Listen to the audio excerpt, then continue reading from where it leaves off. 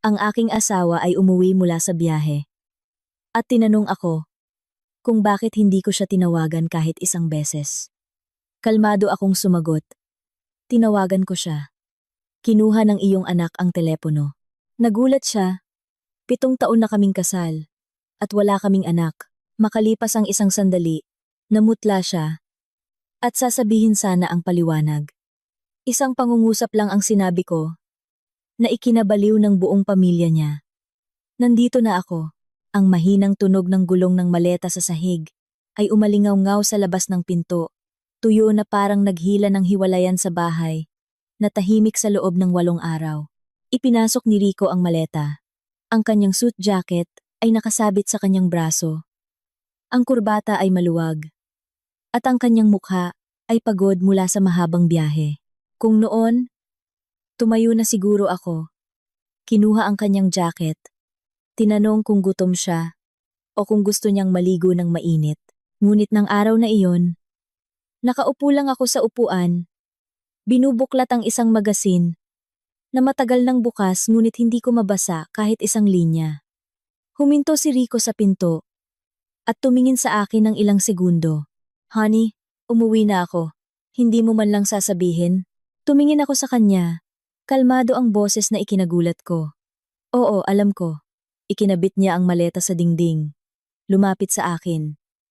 May kaunting inis sa kanyang mga mata. At kaunting pagtataka. Para bang hindi siya sanay sa asawang hindi na tumatakbo para salubungin siya. 8 araw kang umalis. Hindi mo ako tinawagan kahit isang beses. May galit ka ba? Isinara ko ang magasin at maayos na inilagay sa mesa. Tumawag ako. Kumunot ang noo ni Rico. Kailan? Wala akong miss call mula sa iyo. Miyerkules ng gabi, mga 9. Natahimik siya ng ilang segundo at mabilis na nagsalita. Siguro nagmi-meeting ako noon o naubusan ng baterya ang telepono ko. Tumingin ako sa kanyang mga mata. Walang sumagot sa telepono. Bahagyang nagbago ang kulay ng mukha ni Rico, ngunit pinilit pa rin niyang magsalita ng normal. Sino ang sumagot? Dahan-dahan kong sinagot, ang iyong anak. Biglang tumahimik ang kwarto. Nakatayo si Rico sa harap ko. Malaki ang mga mata. Nakabuka ang labi. Ngunit walang tunog na lumabas. Sa 7 taong mag-asawa kami, hindi ko pa siya nakitang nagpanik ng ganoon. Dati ay mahusay siyang magtago ng damdamin. At sa bawat problema, alam niyang magsabi ng sapat na salita para maniwala ang iba. Ngunit sa sandaling iyon, isang pangungusap ko lang ang nagpunit sa maskara. Nasuot niya sa loob ng maraming taon. Pagkaraan ng ilang sandali, ngumiti siya ng pilit. Ana, anong sinasabi mo? 7 taon na tayong kasal. Wala tayong anak. Baka nagkamali ka lang ng dinig. Ang bata ay mga 4 o 5 taong gulang. Malinaw niyang sinabi. Naliligo si Papa. Sino ka? Namutla ang mukha ni Rico. Umatras siya ng kalahating hakbang. Hirap na hirap lumunok. Ana, pakinggan mo ang paliwanag ko. Siguro anak iyon ng kasama ko. Pinaglaruan niya ang telepono. Rico, tinawag ko ang kanyang pangalan. Sa isang salita lang, agad siyang tumahimik. Mula nang ikasal tayo, pinagalitan ako ng nanay mo dahil hindi ako nagkaanak. Sa bawat pagtitipon ng pamilya, sinasabi niya sa harap ng mga kamag-anak na ako ay isang babaeng hindi makapanganak. Hindi ka man lang isang beses umupo sa tabi at ipinagtanggol ako. Yumuko si Rico. Tumayo ako at dahan-dahang lumapit sa kanya. Noong nakaraang buwan, sinabi pa ng nanay mo na kung hindi ako mabuntis ngayong taon, dapat na raw akong mag-file ng annulment kaagad. At huwag nang manatili sa pamilya de la Cruz. Anong sinabi mo sa akin noong gabing iyon? Sinabi mo na, intindihin ko, ang mga matatanda ay umaasa lang na magkaroon ng apo na kukunin. Itinaas ni Rico ang kanyang kamay upang hawakan ang aking kamay. Ana, ako, umurong ako. Huwag mo akong hawakan, huminto siya. Tinitigan ko ang lalaking minsan kong minahal, nang higit sa sarili ko. Sa loob ng 7 taon, ilang beses ko nang sinisi ang sarili ko. 3 beses akong nagpakonsulta. Bawat beses, sinasabi ng doktor na normal ang katawan ko. Naisip ko na ang in vitro fertilization at lihim na umiyak sa banyo pagkatapos ng bawat mapait na salita ng aking biyenan. At ikaw, lagi mo akong niyayakap at sinasabing okay lang, kahit walang anak, basta kasama kita. Noong araw na iyon, naniwala ako. Naniwala ako ng walang pag-aalinlangan. Binuksan ko ang drawer, kinuha ang isang folder ng mga papel na inihanda ko at inilagay sa harap niya. Naaalala mo pa ba ito? Tumingin si Rico. At sa isang iglap, namutla ang kanyang mukha. Ito ang resulta ng kanyang male fertility test sa isang ospital sa Maynila 3 taon na ang nakakaraan. Ang diagnostic line ay nasa gitna ng pahina. Walang sperm sa semen. At ang posibilidad ng natural na pagbubuntis ay halos 0. Nanginginig niyang kinuha ang papel. Paano mo nakuha ito?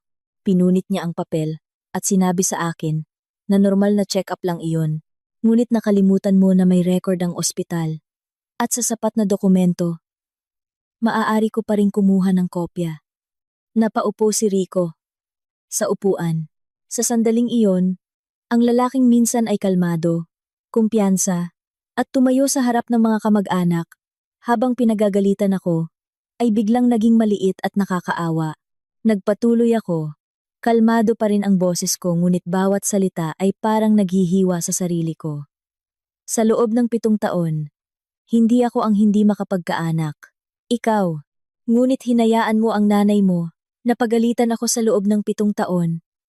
Hinayaan mo ang buong pamilya mo. Natingnan ako na parang isang problema ng pamilya. Tapos ngayon, saan nanggaling ang isang bata na tumatawag sa iyo na, Papa?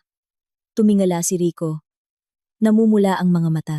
Ana, komplikado ang kwentong iyon. Hindi ko talaga alam kung paano sasabihin. Hindi mo na kailangang sabihin. Putol ko sa kanya. Hayaan mo akong tulungan.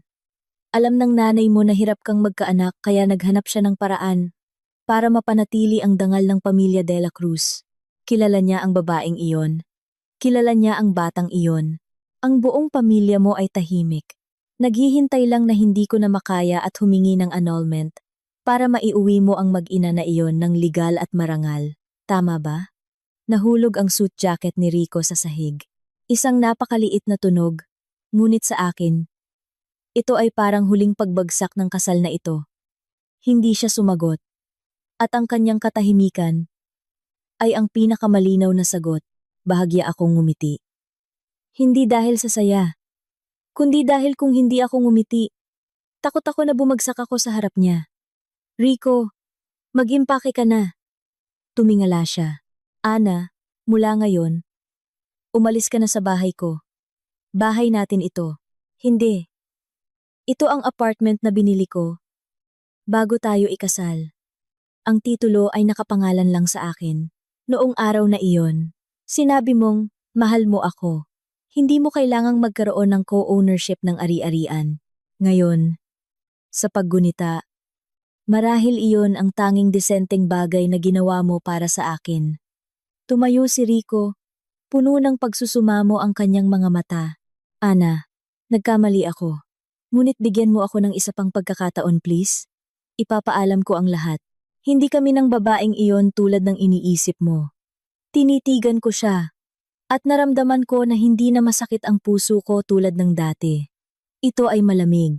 Isang lamig pagkatapos ng napakaraming taon ng pagyurak.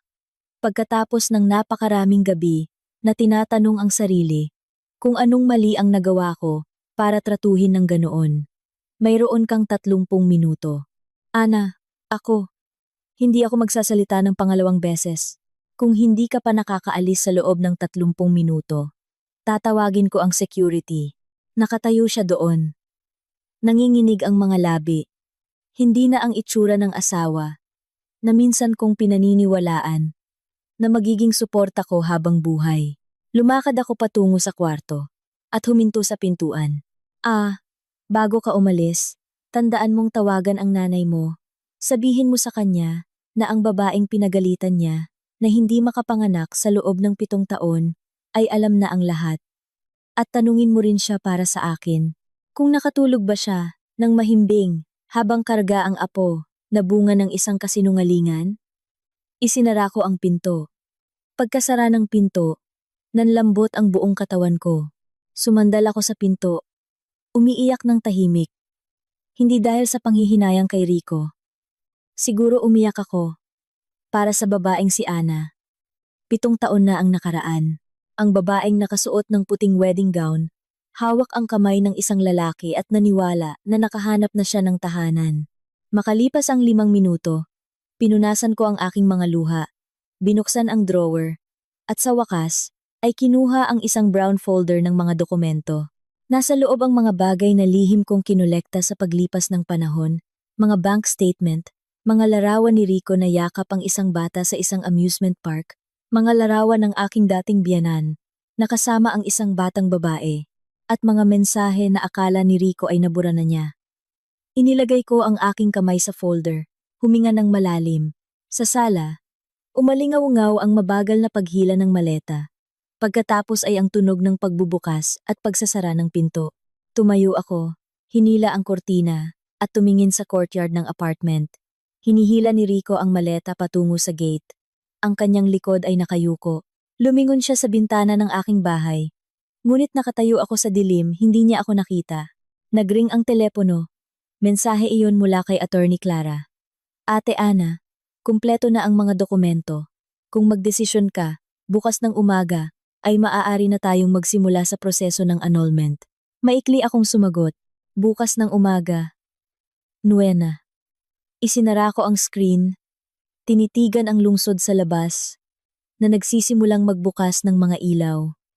Sa loob ng 7 taon, akala ko nabubuhay ako sa isang tahanan. Ngunit pala, ito ay isang kulungan na itinayo ng mga kasinungalingan. Ngunit mula sa sandaling iyon, alam kong hindi na ako ang ibong nakakulong doon. Kinabukasan, maaga akong nagising, kahit na halos hindi ako nakatulog kagabi. Ang bahay pagkatapos umalis ni Rico ay kakaibang tahimik. Dati, bawat umaga, naririnig ko ang tunog ng pagbubukas niya ng gripo sa banyo. Ang alarm clock ay tumutunog ng ilang beses, at pagkatapos ay tumitigil. Ang tunog ng mabilis niyang pagtatanong kung nakaplansya na ang kanyang kamisa. Ang mga tunog na iyon ay dating gawi, at dating bagay na nagpapaisip sa akin na mayroon akong pamilya. Ngunit sa isang gabi lang, lahat ay nawala. Nag-iwan sa akin ng isang puwang na malamig at magaan.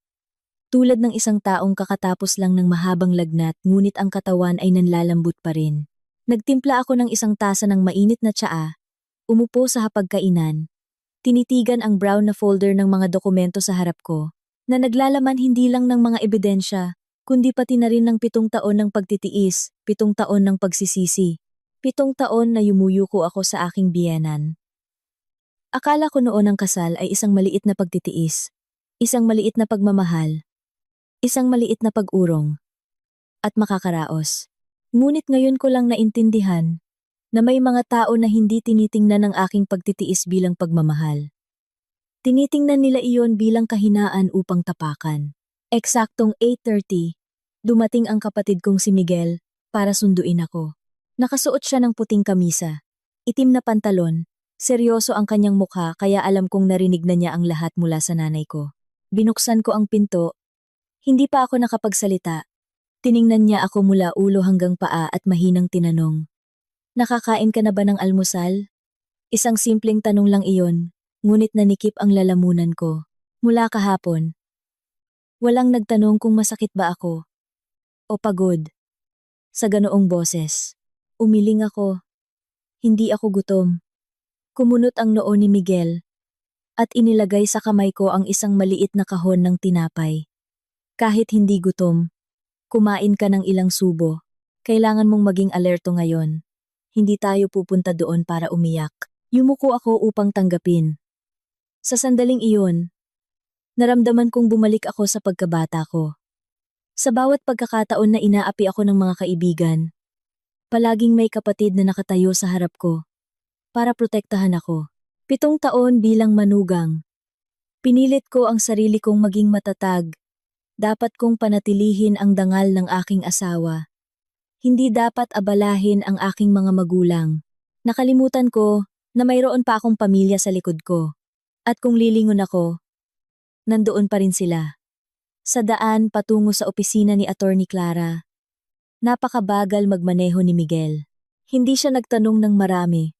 Sinabi lang niya. Umiyak siya buong magdamag kagabi. Lumingon ako at tumingin sa labas ng bintana. Patawad. Dapat sinabi ko ng mas maaga. Hindi ikaw ang dapat humingi ng tawad. Lumalim ang boses niya. Ana, nakayanan mo ito ngayon dahil disente ka. Hindi dahil sa nagkamali ka. Ngunit mula ngayon, huwag nang maging disente sa mga taong hindi marunong makaintindi.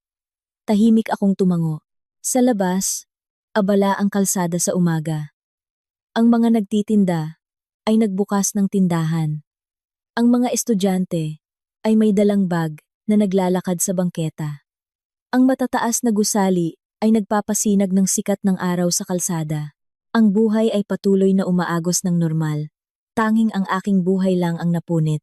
Ngunit sa gitna ng normalidad na iyon, naramdaman kong kailangan kong magpatuloy sa buhay. Kailangan kong lampasan ang bagay na ito sa sarili kong mga paa. Nang dumating kami, tapos na ang lahat ng papeles na inihanda ni Attorney Clara. Si Ate Clara ay mahigit 40 anyos. Payat ang pangangatawan. At mabagal ngunit matatag ang boses. Tiningnan niyang muli ang mga dokumento.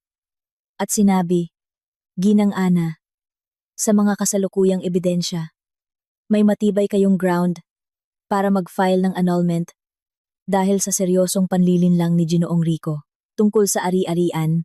Ang apartment ay inyong personal na ari-arian bago ang kasal kaya wala siyang karapatang pagtalunan iyon. Ang mga gastos na nagawa sa panahon ng kasal, kung mapapatunayan na ginamit niya ito para suportahan ang ibang babae, maaari tayong humingi ng kaukulang bayad pinsala. Narinig ko ang bawat salita at ang puso ko ay kakaibang kalmado, marahil dahil sapat na ang iyak ko. Kapag ang isang babae ay may pag-asa pa, sasaktan siya, magmamakaawa, at gustong marinig ang paliwanag. Ngunit kapag patay na ang pag-asa, lahat ay magiging papeles, ebidensya, at kung paano umalis, nang hindi na masasaktan pa. 9:10. Dumating si Rico. 9:10.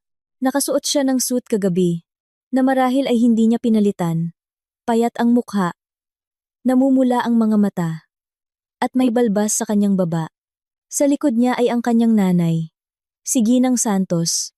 Nakasuot siya ng madilim na floral Filipiniana, nakatali ang buhok, may hawak na handbag, at mayabang pa rin ang lakad, tulad ng dati niyang pagdating sa bahay ko.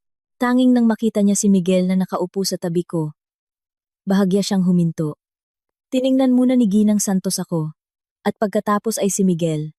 Malamig ang boses. Marami rin palang tagalabas na dumating. Bakit kailangang isama ang ibang tao sa problema ng mag-asawa? Tumayo si Miguel. Magalang ngunit hindi malambot. Ako ang kapatid ni Ana. Hindi ako tagalabas.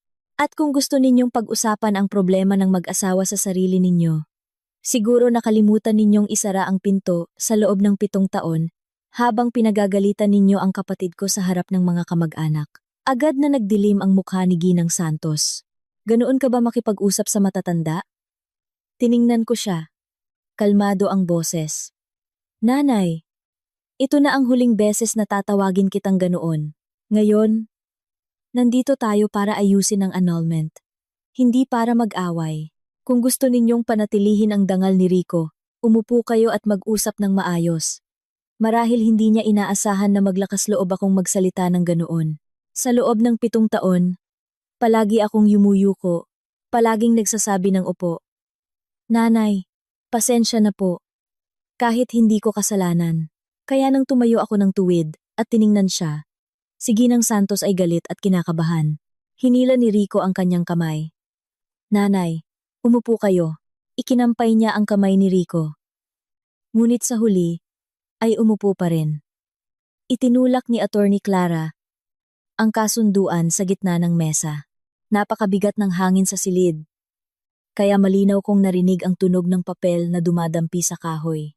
Kinuha ni Rico ang kasunduan at binasa, at habang binabasa niya, lalo niyang hinigpitan ang hawak. Nang marating ang bahagi ng pagbabayad ng halagang inilipat niya sa babaeng nagngangalang Mia sa loob ng maraming taon, tumingala siya, at tinitigan ako.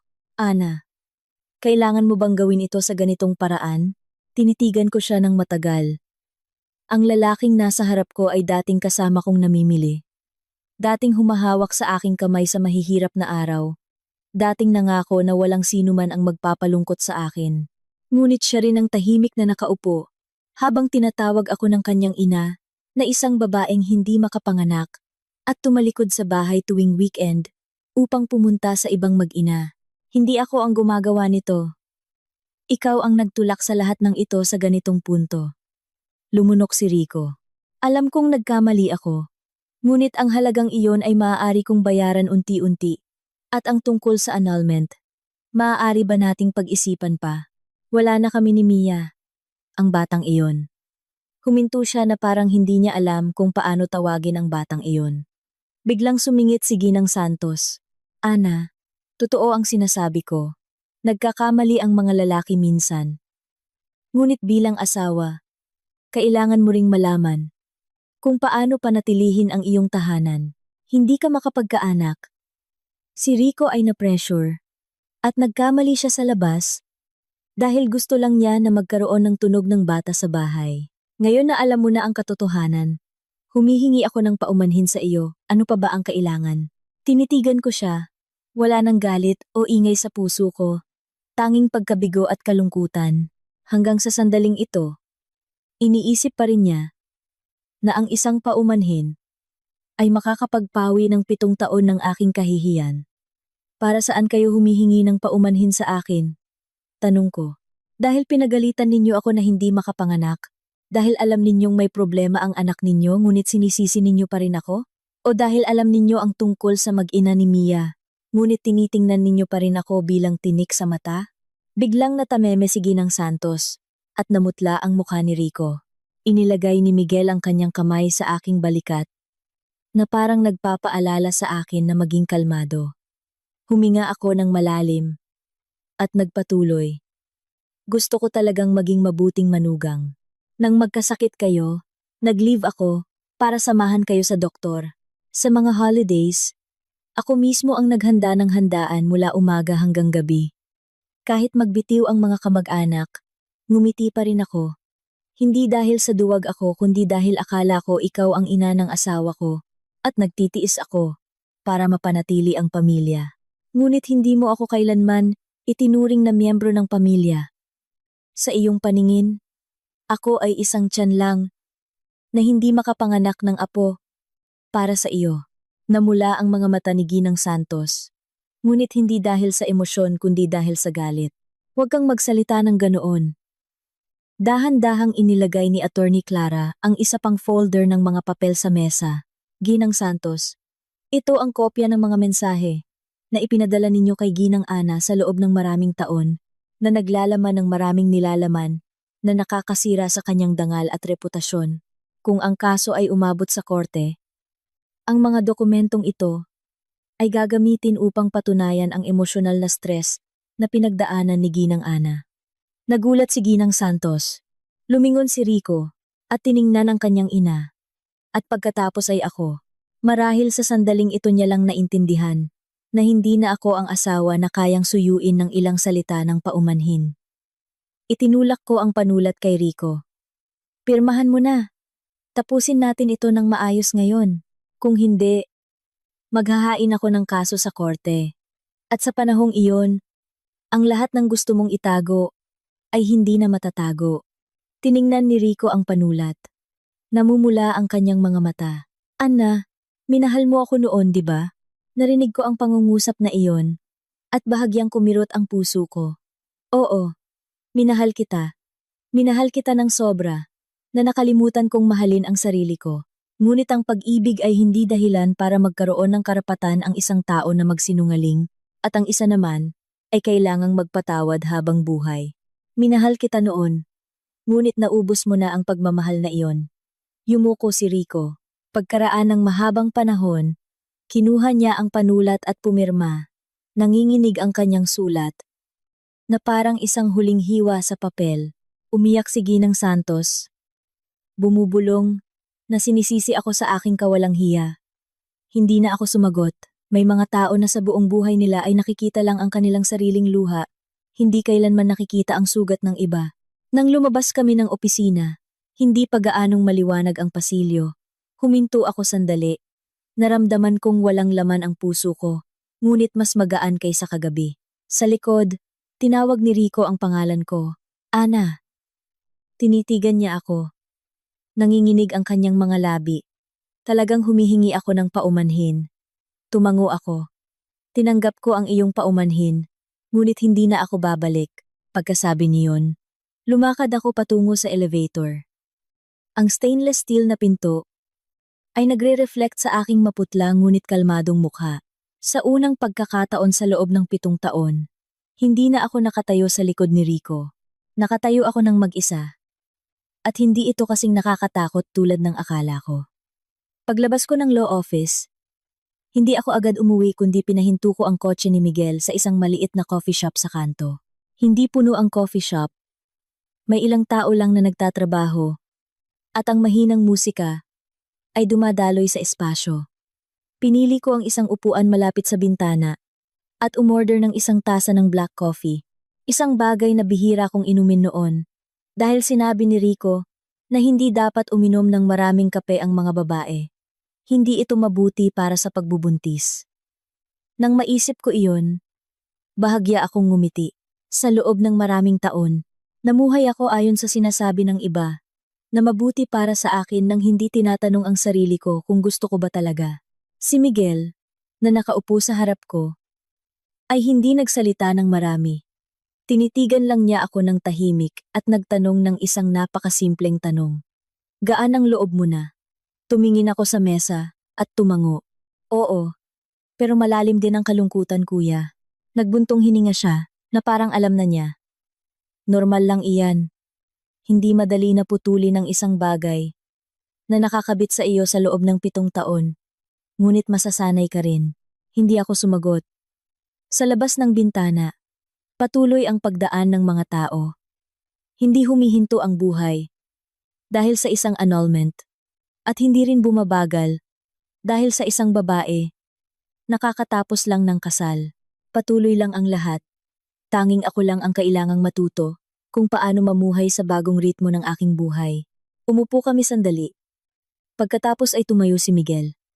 Kailangan kong umuwi sa kumpanya. Umuwi ka na at magpahinga. Kung may kailangan ka, tawagan mo lang ako. Tumango ako. Tinitigan ng kanyang anino na papaalis. Nang mag-isa na lang ako, napagtanto ko na ang katahimikan na ito ay ibang-iba sa katahimikan sa bahay kagabi. Hindi na ito mabigat. Hindi na ito nagpapahirap sa akin, kundi parang isang katahimikan na nagbibigay sa akin ng pagkakataon na huminga upang ayusin ang mga nangyari. Nakatayo na sana ako nang mag-ring ang telepono. Isang hindi kilalang numero. Nag-alinlangan ako ng ilang segundo at pagkatapos ay sumagot. Hello? Ginang Ana ba ito? Medyo nanginginig ang boses ng isang batang babae. Ako ito. Sino ito? Ako si Mia. Natahimik ako ng ilang segundo. Nakita ko ang pangalan na iyon sa mga bank statement, sa mga larawan, sa lahat ng ebidensya na kinolekta ko sa loob ng ilang buwan. Ngunit ito ang unang pagkakataon na narinig ko ang kanyang tunay na boses. Ano ang problema? Kalmado ang boses ko. Hindi mataas, hindi mababa, na ikinagulat ko rin. Sa kabilang linya, natahimik siya sandali, at pagkatapos ay nagsalita. Alam kong ayaw mo akong kausapin, ngunit hinihiling ko sa iyo, nabigyan mo ako ng isang beses na pagkakataon, na magkita, may gusto akong linawin. Bahagya akong ngumiti. Linawin ng ano? Magi Dumandali. Ang tungkol sa 5 taon na nakatira ka sa asawa ko, o ang tungkol sa batang tumatawag sa kanya na papa? Nanikip ang lalamunan ni Mia. Ate, tama ang sinasabi mo. Pero may ilang bagay na hindi mo pa alam. Ayoko na magkamali ka pa ng intindi. Tumingin ako sa labas ng bintana. Nag-isip ng ilang segundo. Kung noong isang buwan, siguro binabaan ko na agad ang tawag. Ngunit ngayon na malinaw na ang lahat, naramdaman ko na hindi ko na kailangang umiwas. Saan? Sinabi ni Mia ang address ng isa pang coffee shop na hindi kalayuan sa kinaroroonan ko. Pumayag ako, binaba ang telepono, at umupo ng ilang minuto bago tumayo. Pagdating ko, nakaupo na si Mia sa isang sulok. Nakasuot siya ng beige na damit, nakatali ang buhok sa likod, at bahagyang naka-makeup ang mukha ngunit hindi maitago ang pagod. Kung hindi ko alam dati, siguro iisipin ko na isa lang siyang ordinaryong babae sa opisina, walang kakaiba. Ngunit ang babaeng iyon mismo ang kasama ng asawa ko sa loob ng 5 taon. Ate Ana, tumayo si Mia nang makita ako. Mahigpit na nakakapit ang kanyang mga kamay. Hindi ako sumagot. Umupo lang sa harap niya. Mabilis ka na magsalita. Wala akong masyadong oras. Tumango si Mia. Huminga ng malalim. Una sa lahat, humihingi ako ng paumanhin sa iyo. Bahagya akong ngumiti. Dapat sinabi mo na iyan 5 taon na ang nakakaraan. Yumuko si Mia. Sa simula, hindi ko talaga alam na may pamilya na si Ginoong Rico. Sinabi niya sa akin na single siya, na may nanay lang siya sa probinsya. Naniwala ako dahil napakabuti niya sa akin. Mabuti? Tanong ko ulit. Tumingala si Mia. Namumula ang mga mata. Kahit noong panahong iyon akala ko ganoon. Nang malaman ko ang tungkol sa iyo, gusto ko nang umurong. Ngunit noong panahong iyon, buntis na ako. Tiningnan ko siya ng diretso sa mata. Nagbuntis ka kaya ka nanatili. Tahimik si Mia. At pagkatapos, ay mahinang tumango. Hindi ko itinatanggi na nagkamali ako. Ngunit noong panahong iyon, wala na akong pagpipilian. Sinabi ng doktor, nahirap akong magkaanak. Kung itatapon ko ang batang ito, baka hindi na ako kailanman maging ina. Wala akong sinabi. Ang mga salitang iyon ay hindi nagpalambot sa puso ko ngunit hindi rin nagpagalit sa akin. Siguro dahil nalampasan ko na ang yugto kung saan gusto kong pagtalunan kung sino ang tama o mali. Tapos, tanong ko, pagkatapos sinabi ni Ginoong Rico na ipapaanul niya ang kasal ninyo, ngunit pinatagal niya. Paulit-ulit. Hindi ko rin naglakas loob na pilitin. Dahil alam kong mahina ang posisyon ko. Sabi ni Mia. Humina ang boses. Ang nanay niya? Tanong ko. Mahigpit na kinapitan ni Mia ang kanyang mga kamay. Alam na lahat ng doktor. Alam na simula pa lang. Tinulungan pa ako ng doktor sa pag-aalaga sa bata. Bahagya akong ngumiti. Hindi iyon labas sa aking hula. Kaya bakit mo ako hinahanap ngayon? Tiningnan ako ni Mia. May kaunting pagkadismaya sa kanyang mga mata. Gusto ko na wag mong palakihin ang issue. Kumunot ang noo ko. Anong ibig mong sabihin? Magpapaanul na kami. Alam kong mayroon kang ebidensya na makakapagpaalis kay Ginoong Rico sa trabaho. Makakapagpahiya sa doktor. Ngunit hinihiling ko sa iyo na huwag mong gawin iyon. Tumawa ako. At sa pagkakataong ito, hindi ko maitago ang kapaitan. Akala mo ba ginagawa ko ang lahat ng ito para maghiganti? Tahimik si Mia. Tiningnan ko siya ng diretsyo. Ginagawa ko ito dahil gusto ko ng katarungan. Sa loob ng 7 taon, pinagalitan ako na hindi makapanganak, itinuring na may kasalanan, samantalang ang may kasalanan ay ang asawa ko. Sa tingin mo ba wala akong karapatang bawiin ang sa akin? Yumuko si Mia at bumaba ang mga luha niya. Alam kong may karapatan ka, ngunit kung mawalan ng trabaho si Ginoong Rico, hindi magkakaroon ng pera ang anak ko para ipagamot. Nagulat ako. Anong sakit ng anak mo? Nanginginig na sinabi ni Mia. May sakit sa dugo ang bata. Sinabi ng doktor na kailangan ng pangmatagalang paggamot. At malaki ang gastos. Sa loob ng ilang buwan, si Ginoong Rico ang nagbayad ng lahat ng gastos sa ospital. Tiningnan ko siya. Biglang nanlumo ang puso ko. Isang batang 4 o 5 taong gulang ay walang kasalanan sa lahat ng ito. Ate, hindi ko kayang humingi ng tawad sa iyo. Hinihiling ko lang na huwag mo kaming itulak sa bingit ng kawalan. Kumulo ang boses ni Mia, halos nagmamakaawa. Natahimik ako. Nang matagal, sa isip ko ay ang imahe ng bata na hindi ko pa nakikita. Ang mga larawan ni Rico na yakap ito at nakangiti. Ang mga taon na namuhay ako sa kasinungalingan. Dalawang damdamin ang nagbabanggaan. Pagkaraan ng ilang sandali, tinanong ko, ano ang gusto mong gawin ko? Tumingala si Mia. Puno ng pag-asa ang mga mata. Ituloy mo na ang annulment. Kunin mo ang bahagi ng ari-arian mo. Ngunit huwag mong ilabas ang isyung ito sa labas. Huwag mong palakihin. Aalis ako ng mag-isa kung gusto mo. Basta may trabaho pa rin si Ginoong Rico para sa anak namin. Tinitigan ko siya. Nang matagal, ang babaeng nasa harap ko ay hindi na ang mapagkunwari o kumpiyansa tulad ng aking imahinasyon. Siya ay isang ina lang na natatakot para sa kanyang anak. Ngunit hindi nito nabura ang kanyang mga nagawa. Hindi ako nangangako ng kahit ano. Dahan-dahan kong sinabi. Ngunit hindi rin ako mahilig gumawa ng gulo. Kung susundin ni Rico ang kasunduan, kung hindi na ako guguluhin ng nanay niya, hindi ko na kailangang palawigin pa ang mga bagay. Paulit-ulit na tumango si Mia. Naiintindihan ko. Sasabihin ko sa kanya. Tumayo ako. Naghahanda na umalis. May isa pa. Tawag ni Mia. Lumingon ako. Ang bata ay walang kasalanan. Kung maaari, huwag mo siyang kamuhian. Tinitigan ko siya ng ilang segundo. At pagkatapos ay tumalikod. Hindi ko kailanman kinamuhian. Ang isang bata, paglabas ko ng coffee shop, mas mahinahon na. Ang sikat ng araw sa hapon, huminga ako ng malalim. Naramdaman kong bahagyang bumigat ang aking puso at bahagyang gumaan. Totoo nga, na walang anumang simple, tulad ng itim at puti sa buhay.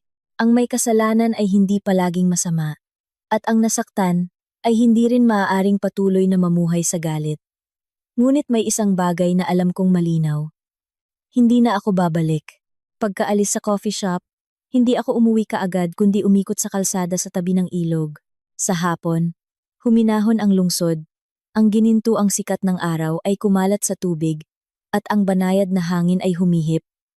Dala ang amoy ng ilog, at ang pamilyar na amoy ng tambutso ng sasakyan. Huminto ako. Pinatay ang makina. Umupo, nang matagal nang walang iniisip na anuman. Napakaraming bagay lang ang nagkukumpulan sa aking puso. At kailangan ng katahimikan para ayusin ang mga ito. Ang pakikipagkita kay Mia ay nagpahirap sa akin na tingnan ang kwentong ito sa isang panig lamang. Ako pa rin ang pinagtaksilan. Ako pa rin ang nasaktan.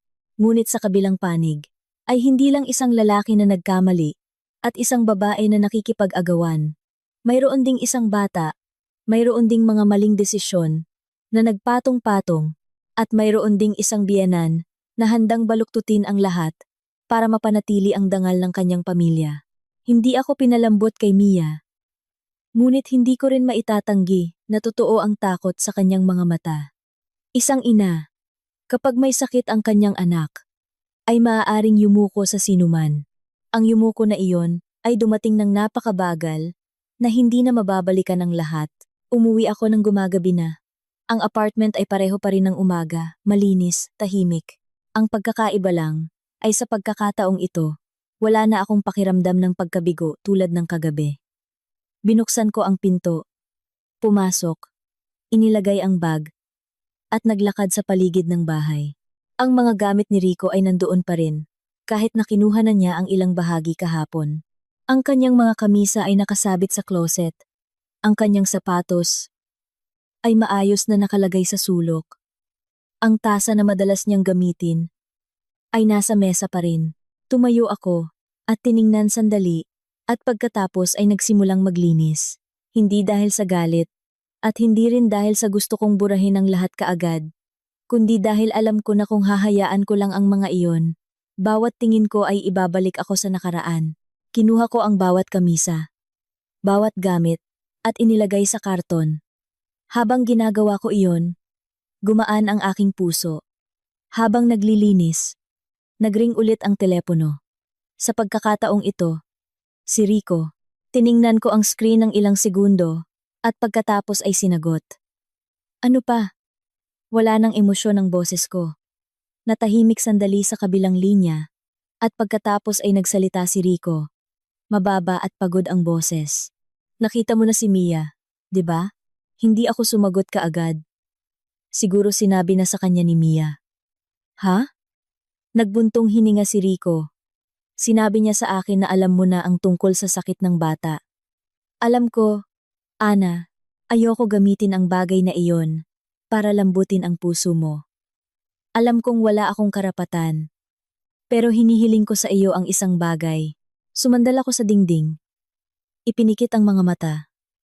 At sinabi, huwag mong palakihin ang isyu. Ililipat mo ang pera ayon sa kasunduan. At hindi ko nahahayaan ang nanay mo na guluhin ako. Basta hindi maapektuhan ang trabaho mo. Idinilat ko ang mga mata ko. Tiningnan ang walang laman sa harap ko. Para sa anak mo. Natahimik si Rico ng ilang segundo. At pagkatapos ay sumagot. Para sa kanya. At para sa akin din. Kung mawalan ako ng trabaho, hindi lang ang bata ang magiging problema kundi pati na rin ang nanay ko. Bahagya akong ngumiti. Nang ibinigay mo ang pera kay Mia. Naisip mo ba ang nanay mo? Nang hinayaan mo ang nanay mo? Napagalitan ako sa harap ng lahat, naisip mo ba ang nararamdaman ko? Nanikip ang lalamunan ni Rico. Alam kong nagkamali ako. Kailan mo nalaman? Tanong ko. Mula nang malaman mo? O mula nang magsimula kang magsinungaling? Hindi makasagot si Rico. At hindi ko na kailangan ng sagot. Sinabi ko na. Dahan-dahan kong sinabi. Kung susundin mo ang pinirmahan mo, hindi ko na kailangang magkagulo. Ngunit kung magpapatuloy ka, o ang nanay mo na gumawa ng problema, hindi ko magagarantiya na mananahimik ako. Naiintindihan ko. Huminahon ang boses ni Rico. May isa pa. Nag-aalangan siya. Maaari mo bang wag sabihin sa labas ang tungkol sa hindi ko pagkakaroon ng anak? Huminto ako ng ilang segundo. Ito ang pinakakinakatakutan niya. Natatakot siyang mapahiya. Ana, totoo lang. Natatakot ka bang mapahiya o natatakot kang malaman ng mga tao na hinayaan mong magdusa ang iyong asawa sa loob ng 7 taon? Sa kabilang linya ay mabigat na paghinga na lang ang naririnig. Wala akong ugali na ipagkalat ang aking personal na buhay sa publiko, sabi ko. Ngunit tandaan mo ng mabuti. Ang sikreto na iyan ay hindi ako ang nagtatago para sa iyo kundi ikaw mismo. Kung isang araw ay malantad ito, huwag kang babalik para tanungin ako. Wala nang sinabi si Rico. Naging tahimik ang tawag. Ibinalik ko ang telepono. At nagpatuloy sa paglilinis. Nang matapos ang trabaho. Gabi na. Naligo ako. Nagbihis at tumayo sa balkonahe sandali. Nag-ilaw ang lungsod. Sunod-sunod ang mga bahay na lumiwanag. At dumadaloy ang mga sasakyan. Bigla kong napagtanto na hindi ko na iniisip si Rico tulad ng kagabi. Hindi dahil sa mabilis akong nakalimot, kundi dahil sa aking puso ay mayroon ng malinaw na hangganan. Lampas sa hangganang iyon, hindi na siya sa akin. Bandang 8 ng gabi, nakatanggap ako ng mensahe mula kay Attorney Clara. Ana, na-transfer na ang unang batch ng pera ni Ginoong Rico. Pakicheck ninyo po. Binuksan ko ang banking app, malinaw na lumitaw ang halaga. Walang kulang kahit 1 sentimo. Sa pagtingin sa mga numerong iyon, hindi ako masaya at hindi rin ako nagalak, kundi isang napaka-praktikal na pakiramdam. Ito ang halaga ng 7 taon na ibinigay ko. Sumagot ako, natanggap ko na po. Salamat po. Tinawagan agad ako ni Attorney Clara. Ana, sasabihin ko sa iyo ang isang bagay ng maaga. Sa mga bagay na mayroon ka. Kung gusto mo, maaari pa tayong lumayo. Hindi lang annulment kundi maaari ka ring humingi ng bayad pinsala para sa emosyonal na sakit. Natahimik ako ng ilang segundo. Alam ko. Pero pinipili kong huminto na dito. Tumingin ako sa labas ng balkonahe. Dahan-dahang humihip ang hangin sa aking buhok. Ayoko nang patagalin pa. Habang pinatatagal ko, mas lalo lang akong nakakulong sa kwentong iyan. Gusto ko lang matapos ito ng mabilis, para mamuhay ng sarili kong buhay. Bahagyang ngumiti si Attorney Clara. Napakatalino ng desisyon mo. Hindi lahat ay kayang gawin niyan. Binaba ko ang telepono, tumayo sandali, at pagkatapos ay pumasok sa kwarto. Nang gabing iyon, mas mahimbing ang tulog ko kaysa sa nakaraang gabi. Wala nang magulong panaginip, wala nang pakiramdam ng mabilis na pagtibok ng puso dahil sa pag-aalala, kundi isang normal na tulog tulad ng iba. Kinabukasan, maaga akong nagising para maghanda sa trabaho. Ito ang unang araw pagkatapos ng paghihiwalay namin. Babalik ako sa kumpanya. Tumayo ako sa harap ng salamin. Inaayos ang aking buhok. Tinitigan ang aking sarili ng matagal. Hindi gaanong nagbago ang aking mukha. Tanging ang aking mga mata lang ang nag-iba, wala na ang matagal ng pagod. Pagdating sa kumpanya, tiningnan ako ng lahat nang may pag-uusisa. Siguro kumalat na ang balita tungkol sa paghihiwalay namin. Lumapit ang ilang malalapit na kasamahan. At dahan-dahang nagtanong. Ngumiti lang ako at sinabi, okay na ang lahat. Tinawag ako ng manager sa kanyang opisina. Seryoso ngunit hindi malamig ang boses. Ana, kung kailangan mo pa ng ilang araw na pahinga, sabihin mo lang, aayusin ko ang trabaho dito. Umiling ako. Okay na ako sir, gusto kong magtrabaho ng normal. Tumango siya. At hindi na nagtanong pa. Bumalik ako sa aking mesa. Binuksan ang computer. At nagsimulang magtrabaho. Ang mga numero, mga plano, mga pulong. Lahat ay nagbalik sa akin. Sa pamilyar na ritmo ng buhay. At sa unang pagkakataon sa napakatagal na panahon, naramdaman kong nabubuhay ako para sa aking sarili. Hindi nabubuhay sa papel ng isang asawa, na laging nag-iingat sa bawat salita ng aking biyenan. Sa gitna ng hapon, nagring ulit ang telepono ko, isang mensahe mula kay Mia. Ate Ana, ipinasok ko na sa ospital ang bata. Salamat po at hindi ninyo kami pinahirapan. Pagkabasa ko, hindi ako agad sumagot, pagkaraan ng ilang sandali. Sinagot ko lang, alagaan mong mabuti ang anak mo. Isinara ko ang screen at nagpatuloy sa pagtatrabaho. Wala nang gulo sa puso ko. Tulad ng dati. Hindi pa tapos ang kwentong ito. Ngunit alam kong nalampasan ko na ang pinakamahirap na bahagi. At mula ngayon, ang susunod na mangyayari ay hindi na tungkol sa isang asawang pinagtaksilan kundi tungkol sa isang babae na natututo kung paano tumayo sa sarili niyang buhay. Ang mga sumunod na araw ay dumaan ng napakatahimik na nagulat din ako. Akala ko, pagkatapos ng isang nabigong kasal, lalo na ang isang kasal na tumagal ng 7 taon, kailangan ng mahabang panahon para masanay muli sa buhay ng mag-isa. Ngunit pala, kapag talagang binitawan na ang puso, ang lahat ay nagiging mas simple kaysa sa inaakala. Nagsimula akong bumalik sa mga lumang gawi na nakalimutan ko dati. Maaga akong nagising, nagtimpla ng kape, at tumayo sa balkonahe. Tinitigan ang kalsada sa ibaba. Wala nang nagmamadali. Wala nang tawag mula sa aking biyenan na nagtatanong tungkol sa walang kwentang bagay. At wala nang pakiramdam na kailangan kong ipaliwanag ang bawat ginagawa ko. Ang kalayaan na iyon ay hindi maingay, ngunit napakatotoo. Sa trabaho, mas nagtatrabaho ako. Hindi para makalimot sa nakaraan, kundi dahil napagtanto ko na labis akong naglaan ng oras para sa pamilya na napabayaan ko ang aking sarili. Ang mga proyekto na tinanggihan ko noon, dahil abala ako sa bahay, ngayon ay kusa akong tinatanggap muli. Nagsimulang tingnan ako ng mga kasamahan sa ibang paraan, hindi na isang babae na laging humihingi ng maagang pag-uwi para magluto, kundi isang taong responsable at determinado sa trabaho. Isang tanghali habang kumakain ako kasama ang ilang babae sa aming opisina. Si Leah, ang pinakamalapit kong kasamahan, ay nakatayo at tinitigan ako ng matagal at pagkatapos ay nagsalita, Ana, iba na ang itsura mo ngayon. Ngumiti ako. Saan banda? Mas gumaan ang loob mo at mas naging malamig. Natahimik ako ng ilang segundo at pagkatapos ay tumango. Siguro, nagbuntong hininga si Leah. Sa totoo lang, naiinis din kami sa kwento mo. Pero tinitingnan ka ngayon, sa tingin ko, mas mabuti pa nga ang ganoon. Hindi ako umayaw. Oo, mabuti.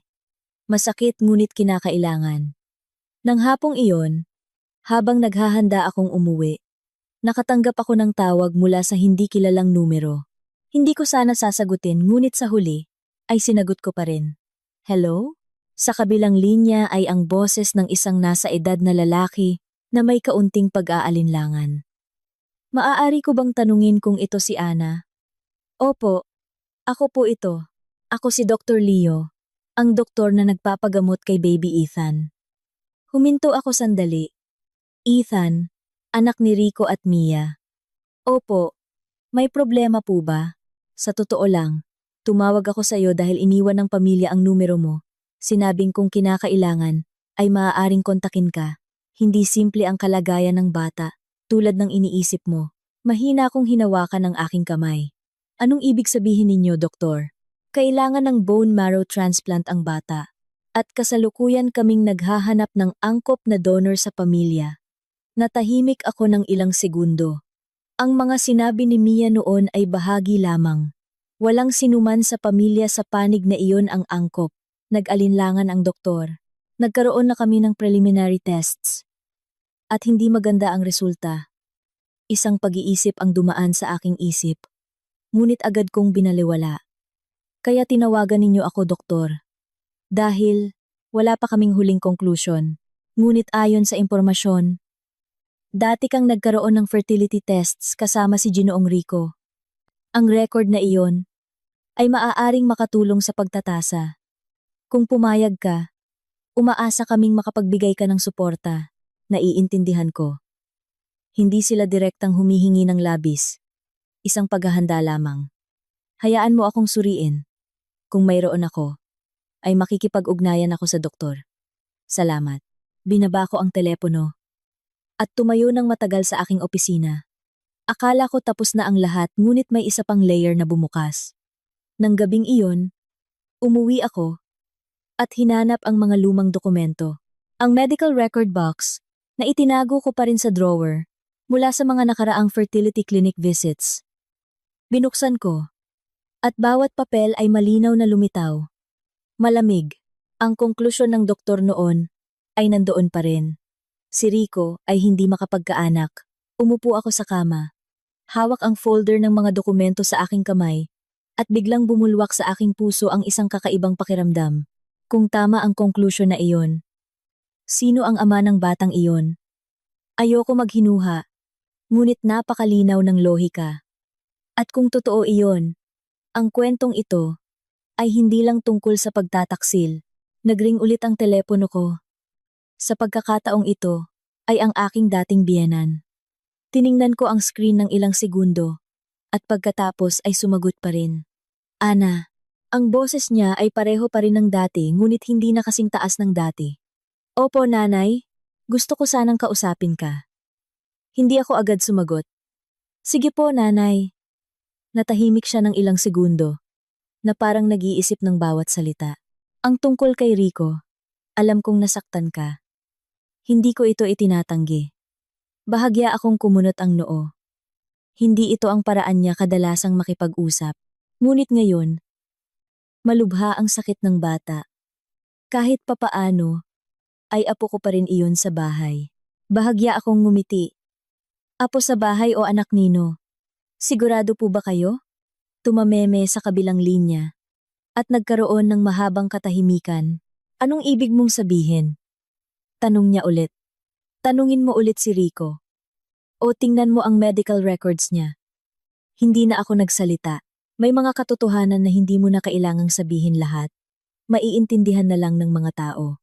Nagsimulang nanginginig ang boses niya. Ana, alam mo na ba ang nangyari? Alam ko kung ano ang kailangan kong malaman. Hindi.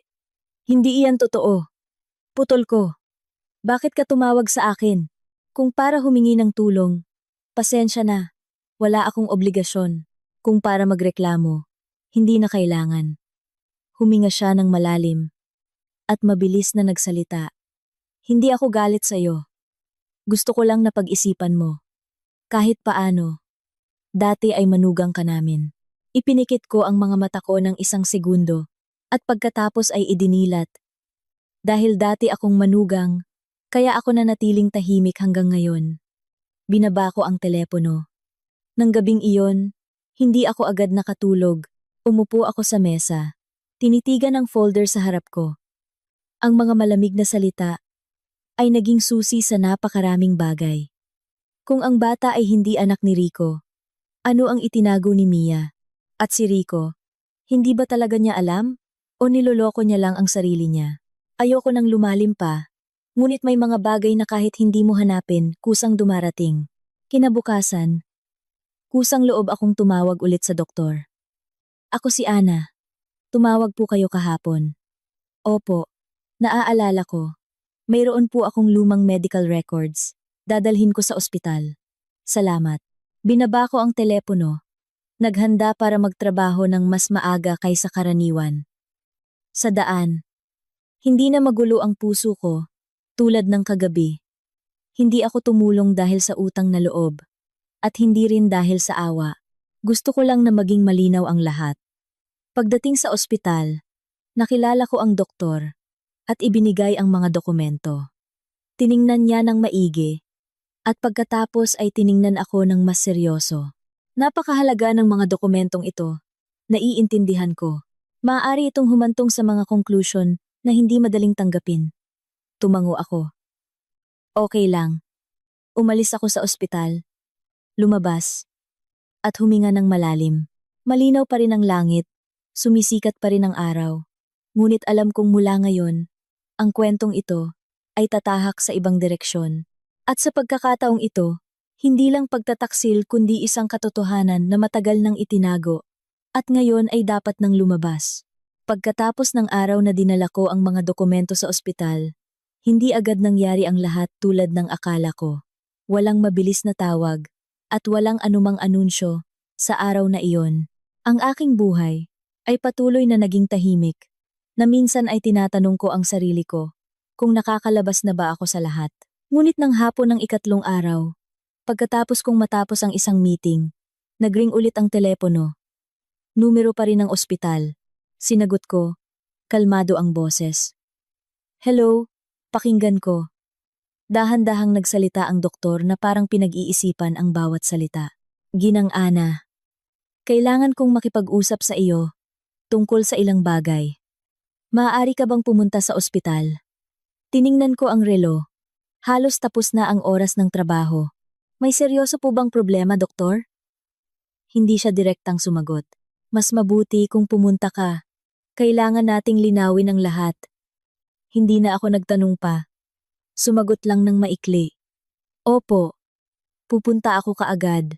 Sa daan patungo sa ospital. Hindi ako nagplay ng musika. At hindi rin ako tumawag sa sinuman. Ang aking isip ay kakaibang walang laman.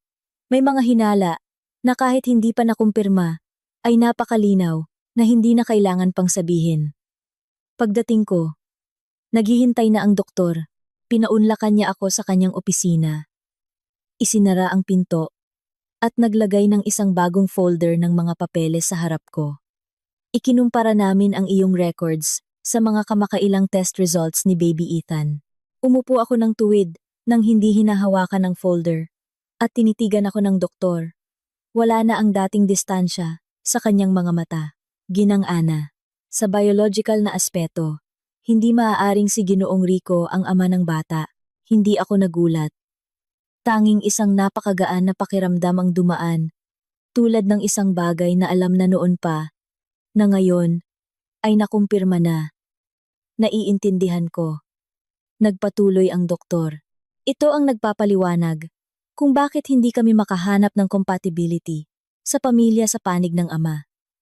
Ngunit ang problema ay hindi rin nagbigay ng sapat na impormasyon ang ina ng bata. Bahagya akong ngumiti ngunit walang kaunting kagalakan. Siguro ayaw nila. Kailangan nating alamin ang pinagmulan ng paglipat ng bata upang makahanap ng angkop na donor. Kung hindi, magiging mahirap ang paggamot. Natahimik ako sandali at pagkatapos ay nagtanong. Alam na ba ng pamilya sa panig na iyon? Nagbuntong hininga ang doktor. Kinausap lang namin ang kanilang reaksyon ay hindi maganda. Hindi ko na kailangang magtanong. Nahulaan ko na. Para sa isang pamilyang pinahahalagahan ang dangal, tulad ng pamilya ni Rico, ang katotohanang ito ay parang isang direktang suntok sa kanilang pagpapahalaga sa sarili. Nagawa ko na ang bahagi ko. Tama ba, doktor? Tama. Wala ka ng anumang obligasyon. Tumango ako at tumayo. Kung gayon, sana ay itago ninyo ang impormasyon mula sa akin. Naiintindihan namin. Umalis ako sa ospital. Sa pagkakataong ito ay mas magaan ang aking mga hakbang kaysa sa nakaraang araw. May mga bagay na mabigat kapag malabo, ngunit kapag malinaw na, nagiging simple. Nang gabing iyon, hindi pa ako nakakakain nang tumunog ang doorbell. Hindi ako naghihintay ng sinuman, kaya medyo nagulat ako. Nang buksan ko ang pinto, napatulala ako. Nakatayo sa harap ko si Rico. Halatang pumayat, malalim ang mga mata, gusot ang kamisa. Hindi na ang imahe ng isang lalaking laging maayos, tulad ng dati. Tiningnan niya ako. Paos ang boses. Gusto kong makipag-usap. Hindi ko binuksan ngunit hindi ko rin isinara ang pinto. Sige, magsalita ka. Tumayo siya ng tahimik na parang hindi alam kung saan magsisimula. Pagkaraan ng ilang sandali ay nagsalita siya. Alam mo na ang lahat, di ba? Tiningnan ko siya ng diretsyo. Anong pinag-uusapan mo? Ngumiti si Rico ng mapait. Huwag ka nang magpanggap, sinabi na sa akin ng ospital. Ikinros ko ang aking mga braso. Bahagyang sumandal sa pinto. Kaya ano ang gusto mong sabihin ko? Humakbang siya at pagkatapos ay huminto. Pinapanatili ang distansya.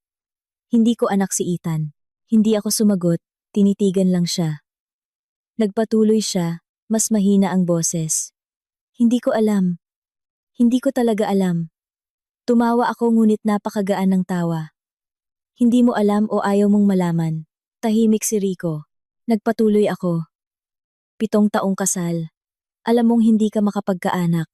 Ngunit nang magbuntis siya, wala kang anumang pagdududa. Ipinikit niya ang mga mata. Paos ang boses. Nagduda ako ngunit pinili kong maniwala. Tumango ako. Maniwala? O kailangan mo ng dahilan para maniwala? Hindi sumagot si Rico. Alam niya mismo ang sagot sa tanong na iyon. Pagkaraan ng ilang sandali, sinabi niya, Ana, nagkamali ako. Tinitigan ko siya ng kalmado. Matagal ka nang nagkamali. Lumunok siya. Hindi ako nandito para magpaliwanag. Gusto ko lang sabihin sa iyo ang isang bagay. Naghihintay ako. Sinabi ng doktor na kailangan ng bone marrow donor. Ngunit kung hindi matukoy ang tunay na ama ng bata, halos wala ng pag-asa. Hindi ako nagulat. Kung gayon, dapat mong tanungin ang taong kailangan mong tanungin. Mahigpit na kinapitan ni Rico ang kanyang kamay. Hindi siya nagsasalita. Kung gayon, iyan ang kanyang pagpipilian. Tiningnan niya ako. May kaunting pagmamakaawa sa kanyang mga mata. Alam kong wala ka ng obligasyon, ngunit gusto ko pa ring magtanong. Bahagya akong kumunot ang noo. Ano? Maaari mo ba akong tulungan? Ang tanong na iyon ay nagpatawa sa akin sa pangalawang pagkakataon, ngunit sa pagkakataong ito ay may kaunting lamig. Tulungan mo ako? Tumango si Rico. Kailangan mo lang kausapin siya. Natatakot siya sa iyo. Tiningnan ko siya nang hindi makaintindi. Ano sa tingin mo ako? Ang tagapag-ayos ng iyong gulo? Hindi. Hindi iyon ang ibig kong sabihin. Kaya anong ibig mong sabihin? Natahimik si Rico. Nagbuntong hininga ako. Dahan-dahang ang boses ko. Rico, pakinggan mo ako ng mabuti. Umalis na ako sa kasal na iyon. Ang anumang bagay na may kinalaman sa iyo at sa kanya. Wala akong responsibilidad. At wala rin akong obligasyon. Yumuko siya. Alam kong ganoon. Kung gayon, huwag ka nang bumalik sa akin. Isang mahabang katahimikan, ang hangin mula sa pasilyo, ay nagpababa ng kurtina sa likod. Tumingala si Rico. Namumula ang mga mata. Ana, talagang nagsisisi ako? Tinitigan ko siya. Wala nang galit. Wala nang kalungkutan. May mga bagay na hindi epektibo ang pagsisisi. Tumango siya na parang tinatanggap. Naiintindihan ko. Tumalikod siya at mabagal na lumakad. Tumayo ako doon, tinitigan siya at hindi tinawag. Nagsara ang pinto, at naging tahimik ang kwarto. Sumandal ako sa pinto. Ipinikit ang mga mata sandali. Hindi sa wala akong nararamdaman, kundi pagkatapos ng lahat ng iyon, hindi na sapat ang mga damdaming iyon para hilahin ako pabalik. Nang gabing iyon, mahimbing ang tulog ko, ngunit hindi ko alam na sa ibang lugar, patuloy pa rin ang kwento, at hindi pa tapos ang mga natitirang katotohanan. Pagkaraan ng ilang araw pagkatapos ng pakikipagkita kay Rico, hindi ko na siya nakita na nagpakita sa labas ng aking bahay. Wala nang tawag, at wala na ring mensahe. Huminto ang lahat tulad ng sinabi ko sa kanya noon. At akala ko, ang kwento sa pagitan namin, sa pagitan ko at ng pamilya na iyon, ay talagang natapos na. Ngunit ang buhay ng tao, minsan, ay hindi ganoon kasimple. May mga relasyon na kahit kusang binitawan mo na, mayroon pa ring nakakapit sa kabilang dulo. Nang gabing iyon, umupo ako mag-isa sa balkonahe. Tinitigan ang pamilyar na kalsada. Ang tunog ng mga sasakyan ay patuloy na umaalingaw-ngaw. At ang mga tao ay patuloy na dumadaan. Ang buhay ng bawat isa ay patuloy na nagaganap. Tanging ang mga personal na kwento lang ang tahimik na nagbabago. Bandang 9, nagring ulit ang telepono ko. Sa pagkakataong ito ay isang ganap na hindi kilalang numero. Hindi ko sana sasagutin ngunit sa huli ay sinagot ko pa rin. Hello? Sa kabilang linya ay ang nanginginig na boses ng isang babae. Ate, ikaw ba si Ana? Agad kong nakilala. Mia. Isang maikling katahimikan. Maaari mo ba akong makita sandali? Hindi ako agad sumagot. Wala na tayong pag-uusapan. Nagmamadali ang boses ni Mia. Alam kong ayaw mo akong makita, ngunit wala na akong ibang makausap. Bahagya akong ngumiti. Hindi iyan problema ko. Isang beses lang. Hinihiling ko sa iyo. Natahimik ako ng ilang segundo. Hindi dahil sa lumambot ang puso ko, kundi dahil gusto kong malaman kung ano ang sasabihin niya. Saan? Huminahon ang boses ni Mia. Ang coffee shop sa tapat ng ospital. Nandito ako. Tiningnan ko ang relo. At pagkatapos ay tumayo. Nang dumating ako, nakaupo na si Mia sa isang sulok. Nang makita ako, tumayo siya. Pagod at tensyonado ang mga mata. Kung ikukumpara sa huli naming pagkikita, malaki na ang ipinayat niya. Ang kanyang mukha ay wala ng komplikadong make-up. Tanging ang maputlang hitsura na lang ang natitira. Hinila ko ang upuan at umupo nang walang pasakalye. Anong gusto mong sabihin? Mahigpit na kinapitan ni Mia ang kanyang mga kamay at pagkaraan ng ilang sandali ay nagsimulang magsalita. Ate, alam mo na ang nangyari, di ba? Tiningnan ko siya ng diretso. Alaman ng ano? Na hindi anak ni Ginoong Rico si Ethan? Hindi ko ito itinatanggi. Tapos? Yumuko si Mia, nanikip ang lalamunan. Ako, hindi ko sinasadya na lokohin siya. Bahagya akong tumawa. Hindi sinasadya. Mabilis siyang tumingala. Nang makilala ko si Ginoong Rico, buntis na ako pero hindi ko alam. Natahimik ako at hinintay siyang magpatuloy. Siya ang dati kong boyfriend. Naghiwalay kami bago ko makilala si Ginoong Rico. Akala ko tapos na ang lahat. Nanginginig ang boses niya. Nang malaman kong buntis ako, nagpanik ako. Hindi ko alam ang gagawin. Noong panahong iyon, si Ginoong Rico, napakabuti niya sa akin. Ako, huminto siya, at hindi na nagsalita pa. Tiningnan ko siya. Malamig ang boses. Pinili mong manahimik. Tumango si Mia. At nagsimulang bumagsak ang luha. Akala ko, kung mapapanatili ko siya, magkakaroon din ng pamilya ang bata. Hindi ako nagulat. At nang malaman mong hindi siya makapagkaanak, mahigpit na kinapitan ni Mia ang kanyang mga labi. Ako. Akala ko iyon ang pagkakataon.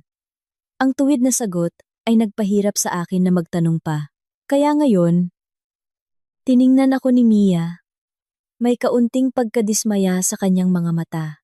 Hindi ko alam ang gagawin.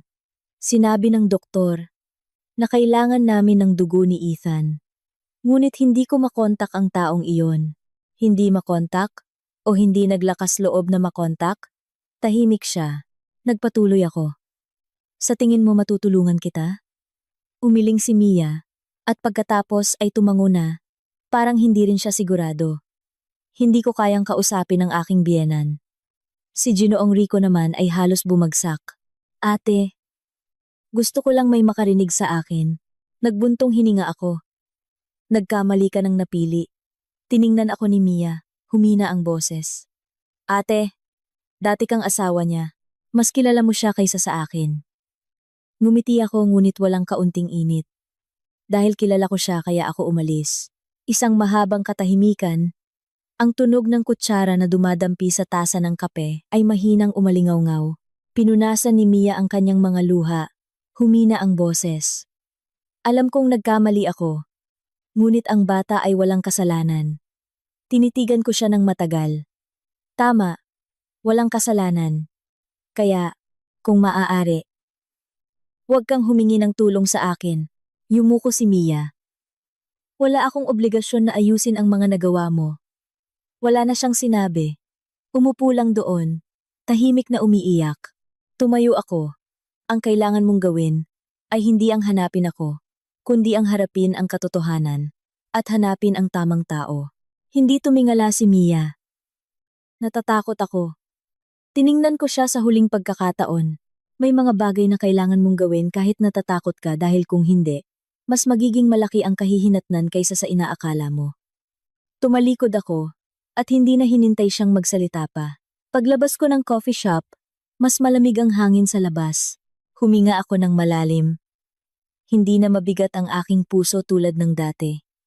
May mga kwento na kapag narinig mo mula sa mga taong sangkot mismo, mas lalong nagiging malinaw. Hindi ako tumulong, hindi dahil sa wala akong pakiramdam, kundi dahil may mga pagkakamali na kailangan ng bawat isa na magbayad. At sa pagkakataong ito, ang halaga ay hindi na tungkol sa pag-ibig kundi isang buhay na nakahiga sa kama ng ospital. Pagkatapos ng pakikipagkita kay Mia, umuwi ako nang hindi na mabigat ang pakiramdam tulad ng dati, ngunit hindi ring ganap na gumaan. May mga bagay na kapag nalaman mo na ang lahat, wala nang lugar sa puso para kumapit sa anumang emosyon. Walang galit, walang awa, tanging isang napakatunay na kawalan. Ngunit kinabukasan ng umaga, pagdating ko sa opisina, bago pa ako nakaupo, nagring ulit ang telepono. Numero iyon ni Rico. Tiningnan ko ang screen ng ilang sandali, at pagkatapos ay sumagot pa rin. Hello? Sa kabilang linya ay walang tunog kaagad. Tanging mabigat na paghinga, na parang kakatapos lang tumakbo ng malayo. Ana, nasaan ka? Sa opisina. Bakit? Paos na paos ang boses niya. Maaari ka bang lumabas sandali? Nandito ako sa ibaba. Huminto ako.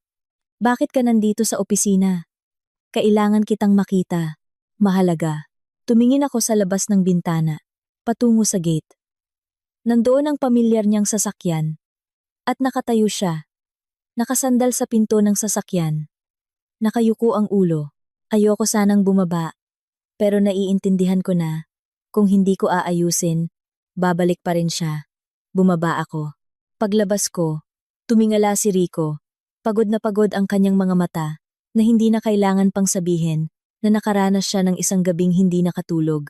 Maaari ba tayong maglakad sandali? Wala akong masyadong oras. Sandali lang. Hindi na ako nagtanong pa. Sumakay lang sa kotse. Nagmaneho siya. Walang imik sa buong biyahe. Mabigat ang hangin sa loob ng kotse. Ngunit wala na ang tensyon tulad ng dati, kundi parang isang pagod na umabot na sa pinakamababang punto. Huminto ang kotse sa harap ng ospital. Lumingon ako sa kanya. Bakit mo ako dinala dito? Mahigpit na kinapitan ni Rico ang manibela. Gusto kong makita mo si Ethan. Natahimik ako ng ilang segundo. Hindi na kailangan. Hinihiling ko sa iyo. Napakababa ng boses niya ngunit sapat para malaman ko na hindi na ito isang simpleng alok. Hindi ako agad sumagot. Ngunit sa huli ay binuksan ko ang pinto at bumaba. Nagpunta kami sa pediatric ward. Puno pa rin ang pasilyo tulad ng dati. Ngunit ang hangin dito ay laging nagtataglay ng isang mahirap na ilarawan na bigat. Dinala ako ni Rico sa isang pasyente. Pagbukas ng pinto, nakita ko si Ethan na nakahiga sa kama. Mas maliit kaysa sa inaakala ko. Payat, maputla, nakapikit ang mga mata, May IV drip sa kanyang braso at sa tabi niya ay isang heart rate monitor na naglalabas ng regular na tunog. Nakatayo ako sa pinto, hindi pumasok. Lumapit si Rico sa kama at mahinang tinawag Ethan. Si Papa ito, hindi gumanti ang bata. Marahil ay tulog o masyadong mahina para idilat ang mga mata. Bahagya akong tumalikod. Ayaw tumingin ng matagal. Bakit mo ako dinala dito? Hindi lumingon si Rico. Gusto kong malaman mo na hindi lang ito isang kwento. Kumunot ang noo ko. Anong ibig mong sabihin? Lumingon siya. Namumula ang mga mata. Akala mo ito ay bunga lang ng pagtataksil. Ngunit para sa akin, ito ay isang bata. Tiningnan ko siya. Kalmado ang boses. Hindi ko kailanman itinatanggi iyan. Kaya, maaari mo ba akong tulungan? Umiling ako. Rico, inuulit mo ang dating tanong. Hindi. Sa pagkakataong ito, hindi ko hinihiling sa iyo na kausapin si Mia. Tiningnan ko siya. Kaya, anong gusto mo? Lumapit siya. Halos bumubulong. Sinabi ng doktor na kung hindi makahanap ng angkop na donor sa pamilya, maaaring maghanap sa labas. Ngunit napakababa ng posibilidad at paubos na ang oras. Hindi ako sumagot. Nagpa-test ka ulit. Ganoon pa rin ang resulta. Alam mo na iyan matagal na. Ngumiti si Rico ng mapait. Ngunit umaasa pa rin ako na may pagkakamali. Wala akong sinabi. Nagpatuloy siya. Ana, hindi ko alam kung sino ang tunay na ama ng bata. Hindi nagsasalita si Mia. Ngunit hindi ko kayang tingnan lang siya ng ganoon. Tiningnan ko ang bata ulit. Maliit, marupok, walang alam sa mga nagawa ng matatanda. Rico, tumingala siya. Gusto mo ba siyang iligtas o ang sarili mo?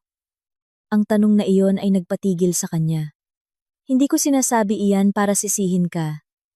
Ngunit kailangan mong malinaw na magkaiba ang dalawa.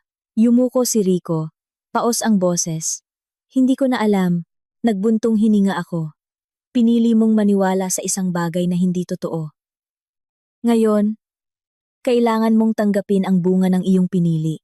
Pero ang bata, sinabi ko na, walang kasalanan. Kaya ikaw, putol ko. Huwag kang humingi ng tulong sa akin. Tahimik si Rico. Ang tanging naririnig sa kwarto ay ang regular na tunog ng mga makina. Pagkaraan ng ilang sandali, sinabi niya, nahanap ko na ang taong iyon. Lumingon ako. Sino? Ang tunay na ama ni Ethan. Bahagya akong kumunot ang noo. Tapos, hindi siya umamin. Hindi ako nagulat. Sinabi niya na hindi niya iyon anak. At ayaw niyang magpa-test. Tiningnan ko si Rico. Bumabagal ang boses. Kaya, anong balak mong gawin? Mahigpit na kinapitan ni Rico ang kanyang kamay. Hindi ko alam. Pero hindi ako susuko. Hindi na ako nagsalita pa. May mga bagay na kailangan ng isang tao na tapusin. Ano man ang mangyari. Tumalikod ako at lumakad patungo sa pinto. Ana, huminto ako at hindi lumingon. Salamat sa pagdating mo. Hindi ako sumagot. Nagpatuloy lang sa paglalakad. Paglabas ko ng kwarto ng pasyente, nakita ko si Mia na nakatayo sa dulo ng pasilyo. Tinitigan niya ako. Puno ng pagod at takot ang mga mata. Siguro alam na niya na dinala ako ni Rico dito. Dumaan ako, hindi huminto. Ate. Mahinang tawag ni Mia sa likod ko. Hindi ako lumingon. May mga salita na hindi ko na kailangang marinig. Paglabas ko ng ospital, bahagyang nasilaw ako sa sikat ng araw sa labas. Huminto ako sandali, huminga ng malalim. Ang kwentong ito ay lumayo na sa inaakala ko. Hindi na ito tungkol sa akin lang. At hindi na rin ito isang simpleng nabigong kasal. Ito ay naging isang serye ng mga maling pagpipilian na nagpatong-patong hanggang sa wala ng sino man ang makakapanatili sa labas. Ngunit kahit ganoon, may isang bagay na alam kong sigurado. Umalis na ako at hindi na ako babalik. Pagkatapos ng pagbisita ko sa ospital, bumalik sa dati ang lahat. Tahimik. Hindi na ako hinanap ni Rico. Hindi na rin tumawag si Mia. Para bang pagkatapos sabihin ang lahat ng kailangan sabihin, naintindihan na ng bawat isa na kailangan na nilang magpatuloy sa kani-kanilang buhay. Bumalik ako sa aking normal na buhay. Trabaho, uwi, paminsan-minsan ay nakikipagkita kay Leah sa weekend, sa tahimik na mga gabi. Hindi ko na inuulit ang mga lumang alaala. Hindi dahil sa nakalimutan ko na, kundi dahil ayoko nang itago sa puso ko. Ngunit halos isang linggo pagkaraan, habang nasa trabaho ako, nakatanggap ako ng mensahe mula sa hindi kilalang numero. Ikaw ba si Ana? Ako si Dylan. Nabasa ko ulit ng isang beses. Wala akong naaalala. Anong Dylan? Napakabilis ng sagot ng mensahe. Ex-boyfriend ni Mia. Huminto ako ng ilang segundo. Hindi agad sumagot. Ngunit pagkatapos ay lumabas ang susunod na mensahe. Kailangan kitang makita. May kinalaman ito sa bata. Inilagay ko ang telepono sa mesa. Tinitigan ang labas ng bintana. Malinaw ang langit noon. Hindi mainit ang araw. Ngunit may kakaibang pakiramdam sa puso ko. Parang may huling kadena na malapit nang magkonekta. Sumagot ako. Saan?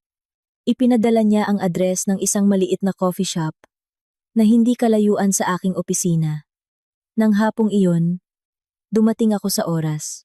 Tumayo ang lalaking nakaupo sa sulok ng coffee shop nang makita ako.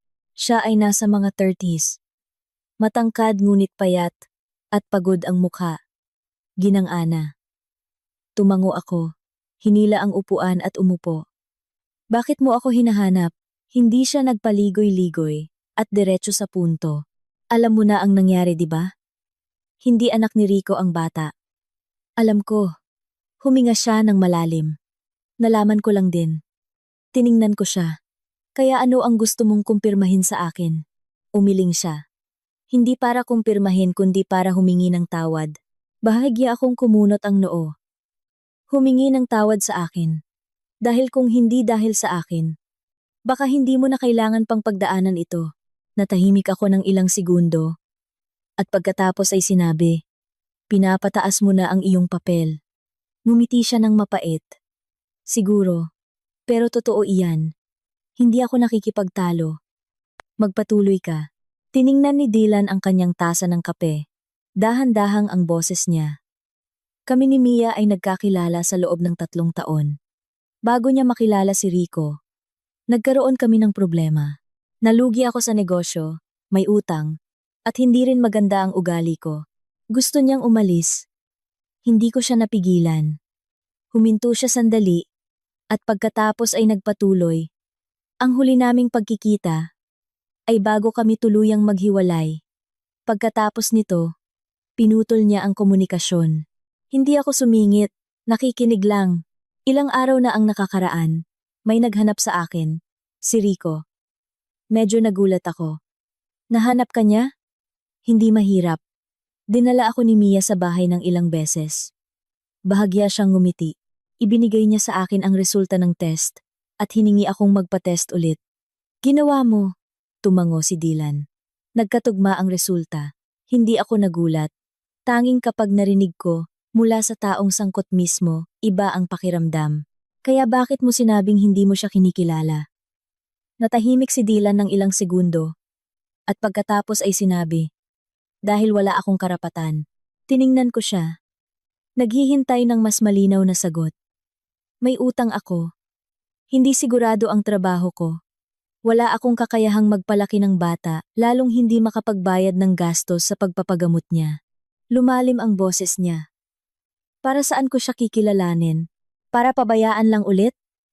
Nagbuntong hininga ako. Kaya sa tingin mo, mas mabuti na hindi mo siya kilalanin. Ngumiti si Dylan. Ngunit walang kaunting kagalakan sa kanyang mga mata. Kahit paano, mayroon pa rin siyang tatawaging, Papa. Kahit hindi totoo, umiling ako. Niloloko mo ang sarili mo. At niloloko mo rin ang bata. Tahimik siya. Wala akong pakialam kung kikilalanin mo siya o hindi. Ngunit dapat mong maintindihan, hindi lang ito tungkol sa pangalan. May kinalaman ito sa buhay ng isang bata. Mahigpit na kinapitan ni Dylan ang kanyang kamay. Alam ko, kaya anong balak mong gawin? Tiningnan niya ako. May kaunting determinasyon sa kanyang mga mata kaysa sa simula. Magpapatest ako ng opisyal. Kikilalanin ko siya bilang tunay na ama. Ngunit kailangan ko ng oras. Oras para saan? Para ayusin ang aking buhay. Kailangan ko, kahit papaano, ng kakayahang maging responsable. Tiningnan ko siya. Hindi naghuhusga. Hindi rin nagpapayo. Iyan ang iyong pagpipilian. Tumango si Dylan. Ngunit bago ko gawin iyan, gusto kitang makita. Para saan? Para linawin ang lahat. Dahil alam ko na, kung wala ka, siguro ang katotohanan ito ay hindi kailanman malalantad. Bahagya akong ngumiti. Masyado mo na akong pinahahalagahan. Hindi. Sinasabi ko lang ang totoo. Isang maikling katahimikan. Tumayo siya. Bahagyang yumuko. Salamat at hindi ka nanahimik. Hindi ako sumagot. Umalis siya muna. Nandoon ako sandali. Tinitigan ang malamig na kape. May mga tao na nagkakamali, ngunit hindi ganap na masama. Pinipili lang nila ang maling oras. Maling paraan. At kapag nalaman nila, huli na, ng gabing iyon. Pagdating ko sa bahay, nagring ulit ang telepono. Sa pagkakataong ito, si Rico. Sinagot ko. Hello? Medyo nagmamadali ang boses niya. Ana, nakita ko na si Dylan. Alam ko. Alam mo na. Nakita ko siya kaninang hapon. Natahimik sa kabilang linya ng ilang segundo. Anong sabi niya? Dapat tanungin mo siya mismo. Nagbuntong hininga si Rico. Pumayag siyang magpa-test ng opisyal. Ngunit kailangan niya ng oras. Kung gayon, maghintay ka. Ngunit sinabi ng doktor na wala nang masyadong oras si Ethan. Natahimik ako. Ana, hindi ko na alam ang gagawin. Sa unang pagkakataon, ang boses niya ay parang isang taong talagang nawawalan ng direksyon. Dahan-dahan kong sinabi, Rico, may mga bagay na walang sino man ang makakapagdesisyon para sa iyo. Naiintindihan ko. Kailangan mo lang piliin ang pinakakaunting mali. Walang sumagot sa kabilang linya kaagad. Pagkaraan ng ilang sandali, sinabi niya, Salamat. Binaba ko ang telepono. Inilagay sa mesa. Sa labas, gabi na, nag-ilaw ang lungsod. Ang liwanag ay kumalat sa lahat ng kalsada. Ang buhay ay patuloy na nagaganap. Hindi humihinto para sa sinuman. At ang kwentong ito ay marahil ay dumarating na sa pinakamahalagang punto, isang desisyon na maaaring magbago sa lahat. Pagkatapos ng pakikipagkita kay Dylan at ng tawag ni Rico ng gabing iyon, naintindihan ko na ang lahat ay umabot na sa punto na hindi na maaaring ipagpaliban pa. Wala nang pagpapaligoy-ligoy, wala nang pag-iwas o pagpipilit. Naitulak na ang lahat sa hangganan ng katotohanan, kung saan ang bawat isa ay napilitang pumili. Ang mga sumunod na araw, hindi na ako kusa na nagtanong ng kahit ano. Nagpatuloy ako sa pagtatrabaho at sa aking pang-araw-araw na gawain. Ngunit sa aking puso, alam kong sa panig ni Rico ay magulo ang lahat. Nang hapon ng ikatlong araw, pagkatapos kong mag-out sa trabaho, nagring ulit ang telepono. Sa pagkakataong ito, hindi si Rico kundi isang pamilyar na numero. Ang aking dating biyenan. Tinitigan ko ang screen ng matagal, at pagkatapos ay sinagot. Hello? Ang boses niya ay hindi na kasing taas ng dati kundi mababa. May kaunting pagod. Ana, malaya ka ba? Gusto kitang makita. Medyo nagulat ako. May problema po ba, nanay? Gusto kitang kausapin. Ikaw lang ang makakaintindi sa kwentong ito. Natahimik ako ng ilang segundo, at pagkatapos ay nagtanong. Saan? Sa coffee shop malapit sa bahay mo. Nandito ako. Hindi ako tumanggi. Pagdating ko, nakaupo na siya sa isang pamilyar na sulok. Halatang tumanda na siya. Mas marami na ang puting buhok, at ang kanyang mukha ay wala na ang dating katalinuhan. Nang makita ako, tumayo siya ngunit pagkatapos ay umupo ulit na parang hindi niya alam kung saan magsisimula. Hinila ko ang upuan at umupo sa harap niya. Bakit po kayo tumawag sa akin? Tiningnan niya ako. May kaunting pagkabalisa sa kanyang mga mata. At pagkatapos ay dahan-dahang nagsalita. Ang tungkol kay Rico. Alam mo na ang lahat, di ba? Hindi ako umiwas. Opo, alam ko. Nagbuntong hininga siya, mahigpit na nakakapit sa tasa ng tsaa. Hindi ko inaasahan na magiging ganito ang lahat. Wala akong sinabi. Kinausap ko na si Mia. Umamin na siya sa lahat. Nanginginig ang boses niya. Sabi niya, anak daw ng iba ang bata. Tiningnan ko siya ng walang anumang espesyal na emosyon. Opo, tumingala siya. Namumula ang mga mata. Alam mo ba ang pakiramdam ko noon? Naramdaman ko na niloko ako sa loob ng ilang taon. Bahagya akong kumunot ang noo. Kayo po? Tumahimik siya. Hindi malaki ang tanong ko ngunit sapat para hindi niya maiwasan. Pagkaraan ng ilang sandali, mahina niyang sinabi, alam kong nasaktan ka rin. Hindi nasaktan, nanay. Kundi hindi makatarungan ang pagtrato sa akin. Tumango siya. Nanikip ang lalamunan. Patawad. Tiningnan ko siya. Sa unang pagkakataon sa napakaraming taon, nakita ko siyang sinasabi iyon ng totoo. Ngunit hindi ako agad sumagot. Tinawagan kita. Hindi lang para humingi ng tawad. Pinunasan niya ang gilid ng kanyang mga mata at nagpatuloy. Gusto kitang humingi ng pabor. Nahulaan ko na ang tungkol sa bata. Tumango siya. Alam kong wala ka ng obligasyon, ngunit hindi ko kayang tingnan lang siya ng ganoon. Tiningnan ko siya ng diretso. Anong gusto ninyong gawin ko? Nag-alinlangan siya. Narinig ko kay Rico na may malawak kang koneksyon na maaaring makatulong sa paghahanap ng bone marrow donor. Umiling ako. Mali ang pagkakaintindi ninyo, nanay. Wala akong ganoong kakayahan. Kailangan sundin ang medikal na proseso. Walang sino man ang makakatulong sa pamamagitan ng koneksyon. Tahimik siya. Nagpatuloy ako. Ang kailangan nating hanapin ay hindi tagalabas kundi ang tunay na ama ng bata. Mahigpit na kinapitan niya ang kanyang mga kamay. Alam ko, pero ayaw niyang aminin. Kaya, anong balak mong gawin? Tumingala siya. Medyo tumigas ang boses. Kung hindi niya aaminin, idedemanda ko siya. Medyo nagulat ako. Sa tingin mo ba? Simple lang ang bagay na ito? Hindi simple pero hindi ko siya hahayaan na umiwas sa responsibilidad. Nagbuntong hininga ako. Naisip niyo ba ang bata? Kapag inilabas ang lahat sa batas, ano ang mangyayari sa kanyang pagkakakilanlan? Huminto siya. Ngunit kung hindi natin ito gagawin, hindi siya maililigtas. Natahimik ako. May mga tanong na walang ganap na tamang sagot. Tiningnan niya ako. Huminaw ang boses. Ana, ikaw ang pinakaunawa sa bahay na ito. Hindi ko talaga alam ang gagawin. Tiningnan ko siya. Wala nang galit sa aking puso. Tulad ng dati. Ngunit hindi na rin makakabalik. Na parang walang nangyari. Dati ay marami kayong pagpipilian. Ngunit pinili ninyong maniwala sa isang taong hindi mapagkakatiwalaan at binaliwala ang pinakapagkakatiwalaan. Yumuko siya.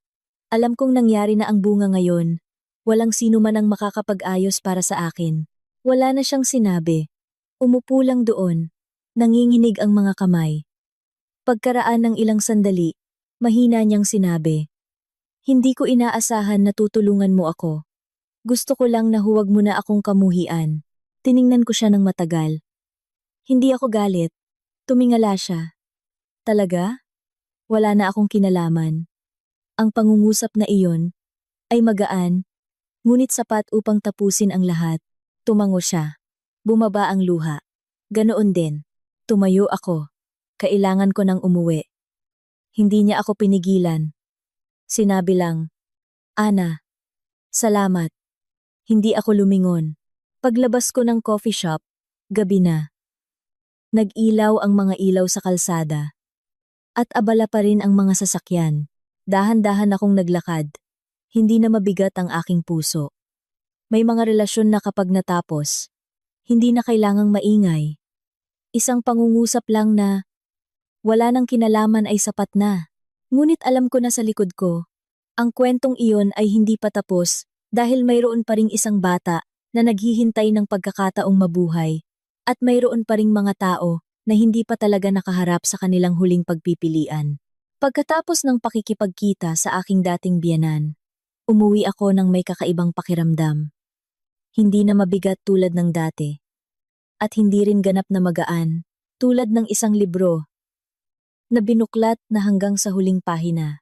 Ang mambabasa ay hindi na kinakabahan, ngunit alam pa rin na may wakas na naghihintay. Akala ko dito na magtatapos ang lahat, ngunit kinabukasan ng umaga. Pagdating ko sa opisina, bago pa ako nakaupo, hinila na ako ni Leah sa isang sulok. Mahina ang boses. Ana, narinig mo na ba ang balita? Inilagay ko ang bag ko sa mesa. Anong balita? Tiningnan ako ni Leah. Seryoso ang kanyang mga mata. Si Dylan, umamin na siya. Huminto ako. Umamin ng ano? Umamin na siya ang tunay na ama ng bata. Kakagaling lang niya sa opisyal na test. Natahimik ako ng ilang segundo. Tapos, nagbuntong hininga si Leah.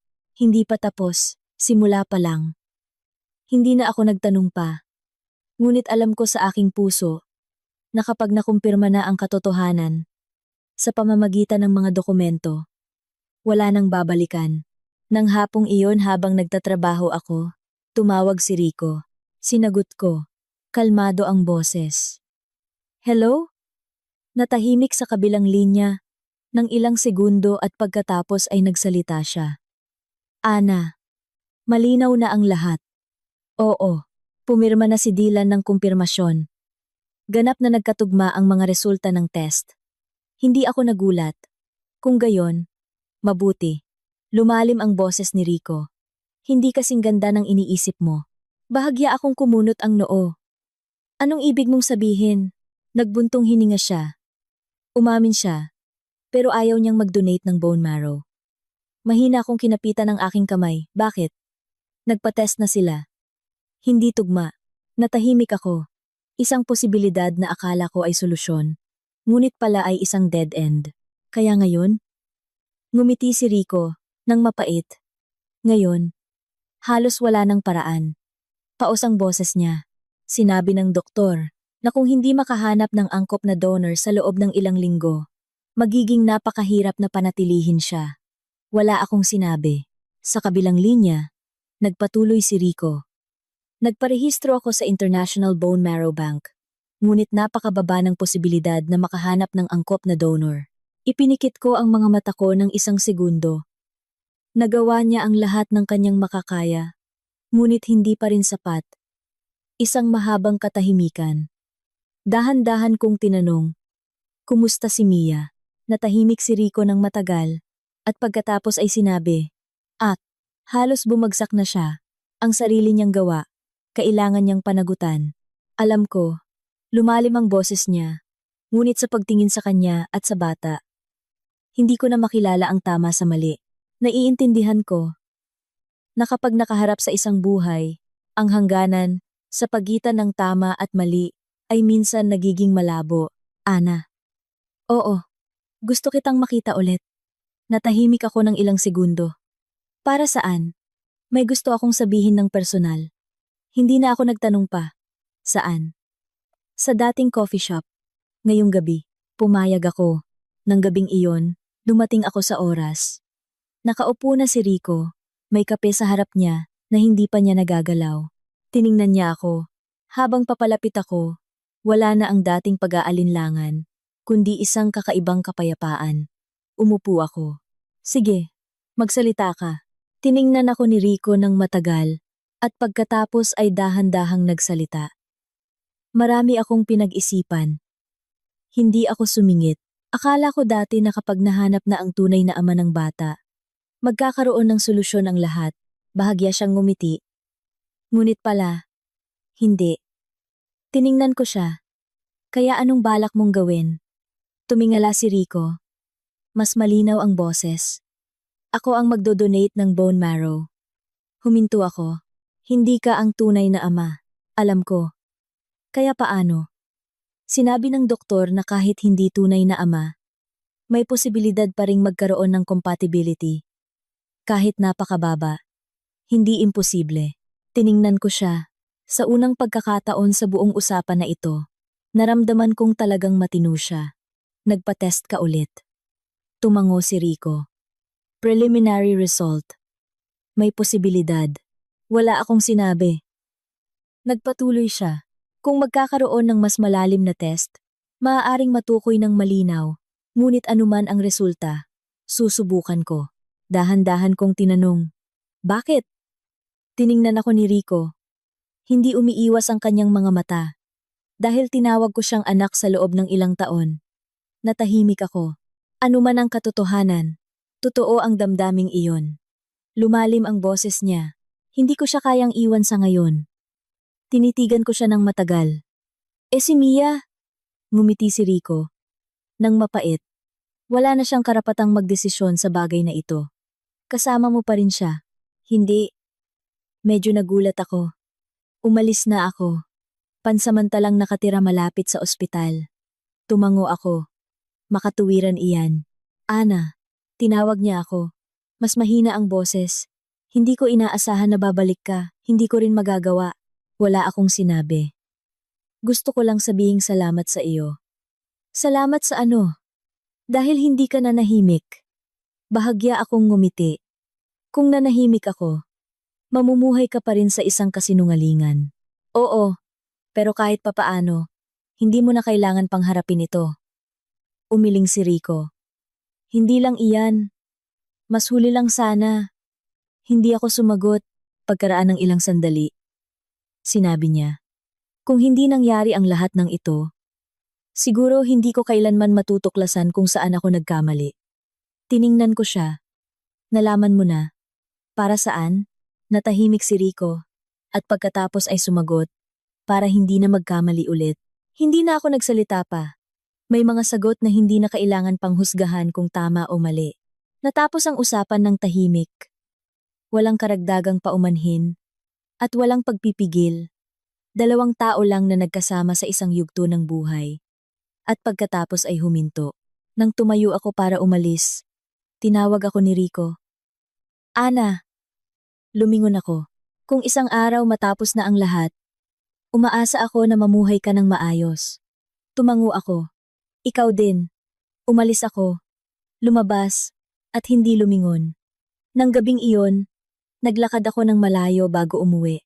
Hindi dahil sa malungkot ako, kundi dahil gusto kong maramdaman nang mas malinaw ang gaan sa puso ko. Sa wakas, ay papalapit na sa pagtatapos ang kwentong ito.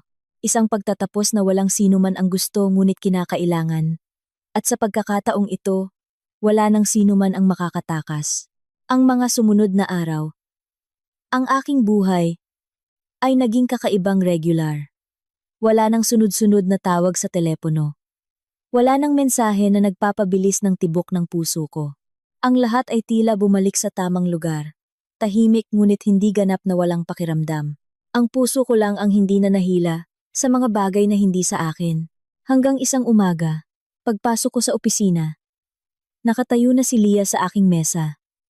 Sa pagtingin sa kanyang mga mata, alam kong may problema. Ana, inilagay ko ang bag ko. Bakit?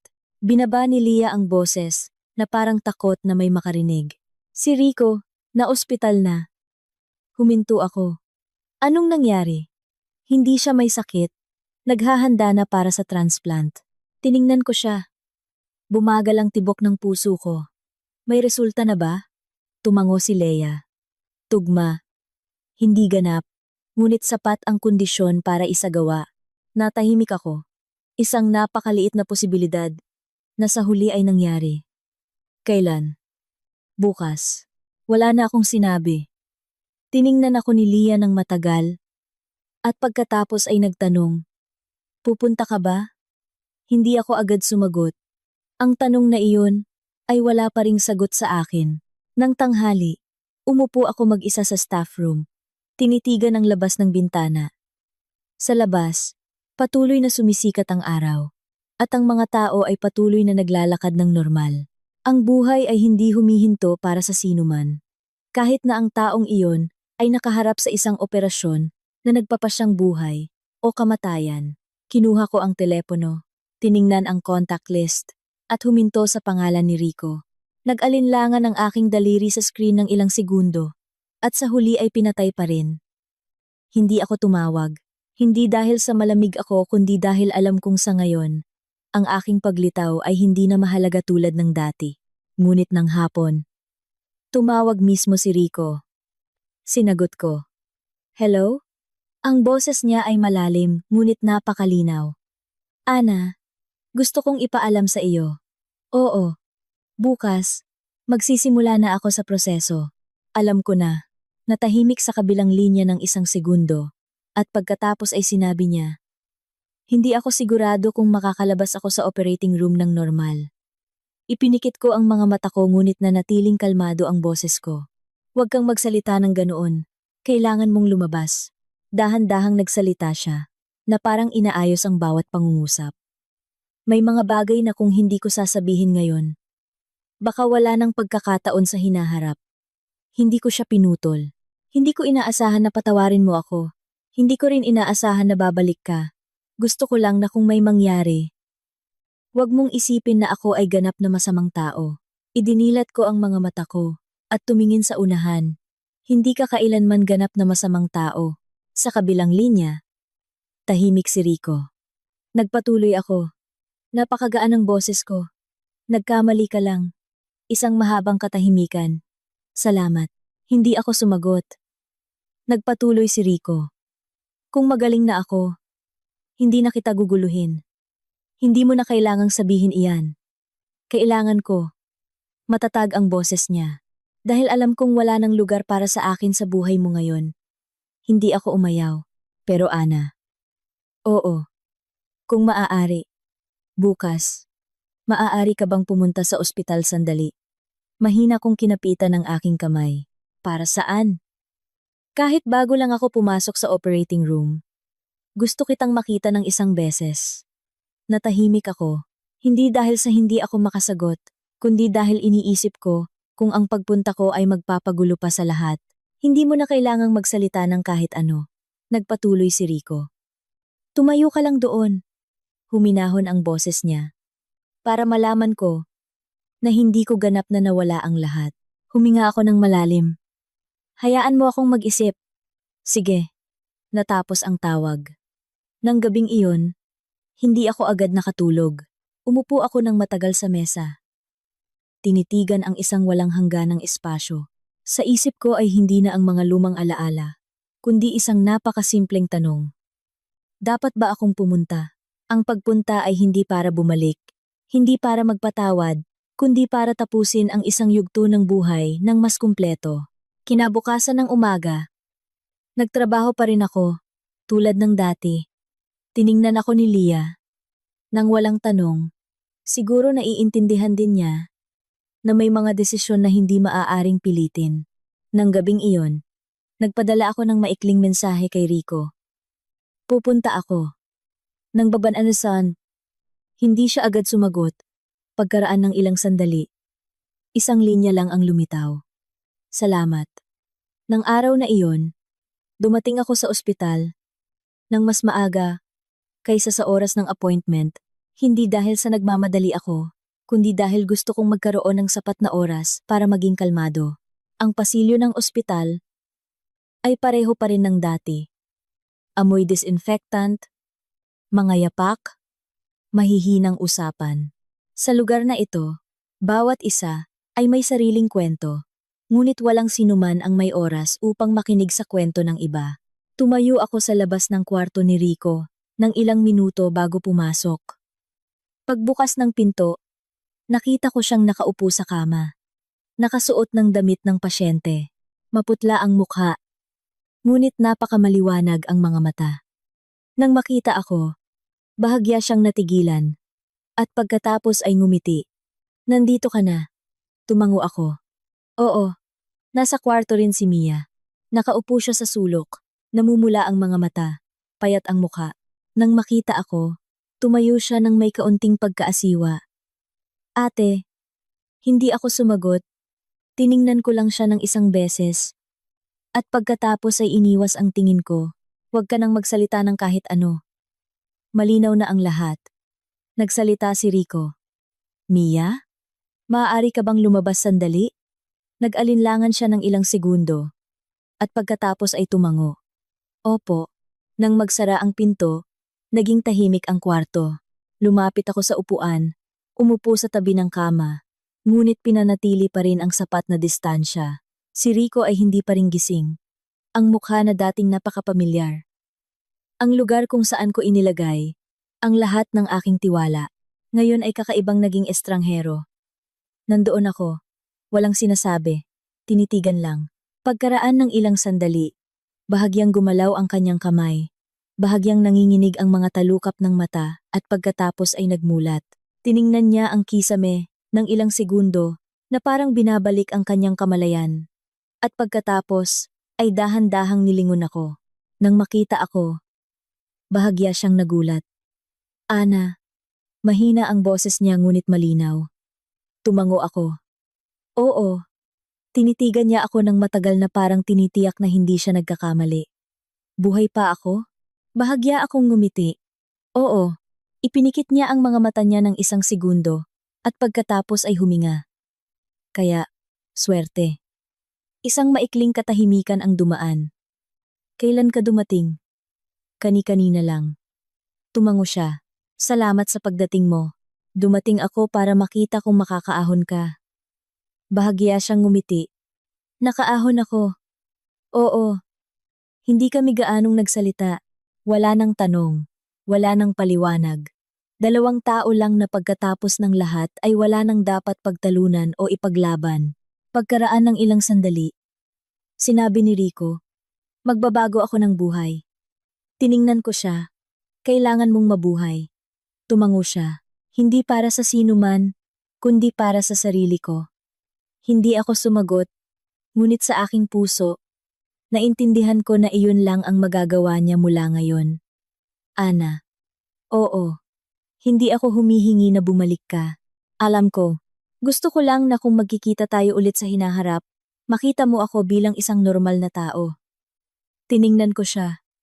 Dahan-dahan ang boses. Naging normal na tayo. Sa totoo lang, natahimik siya at pagkatapos ay bahagyang tumango. Oo, tama. Tumayo ako. Magpahinga ka na. Aalis ka na? Oo. Tiningnan niya ako. Wala na ang dating pagpipigil sa kanyang mga mata. Tanging isang bagay na parang pasasalamat. Ana. Oo. Salamat sa pagiging kasama ko noon. Hindi ako lumingon.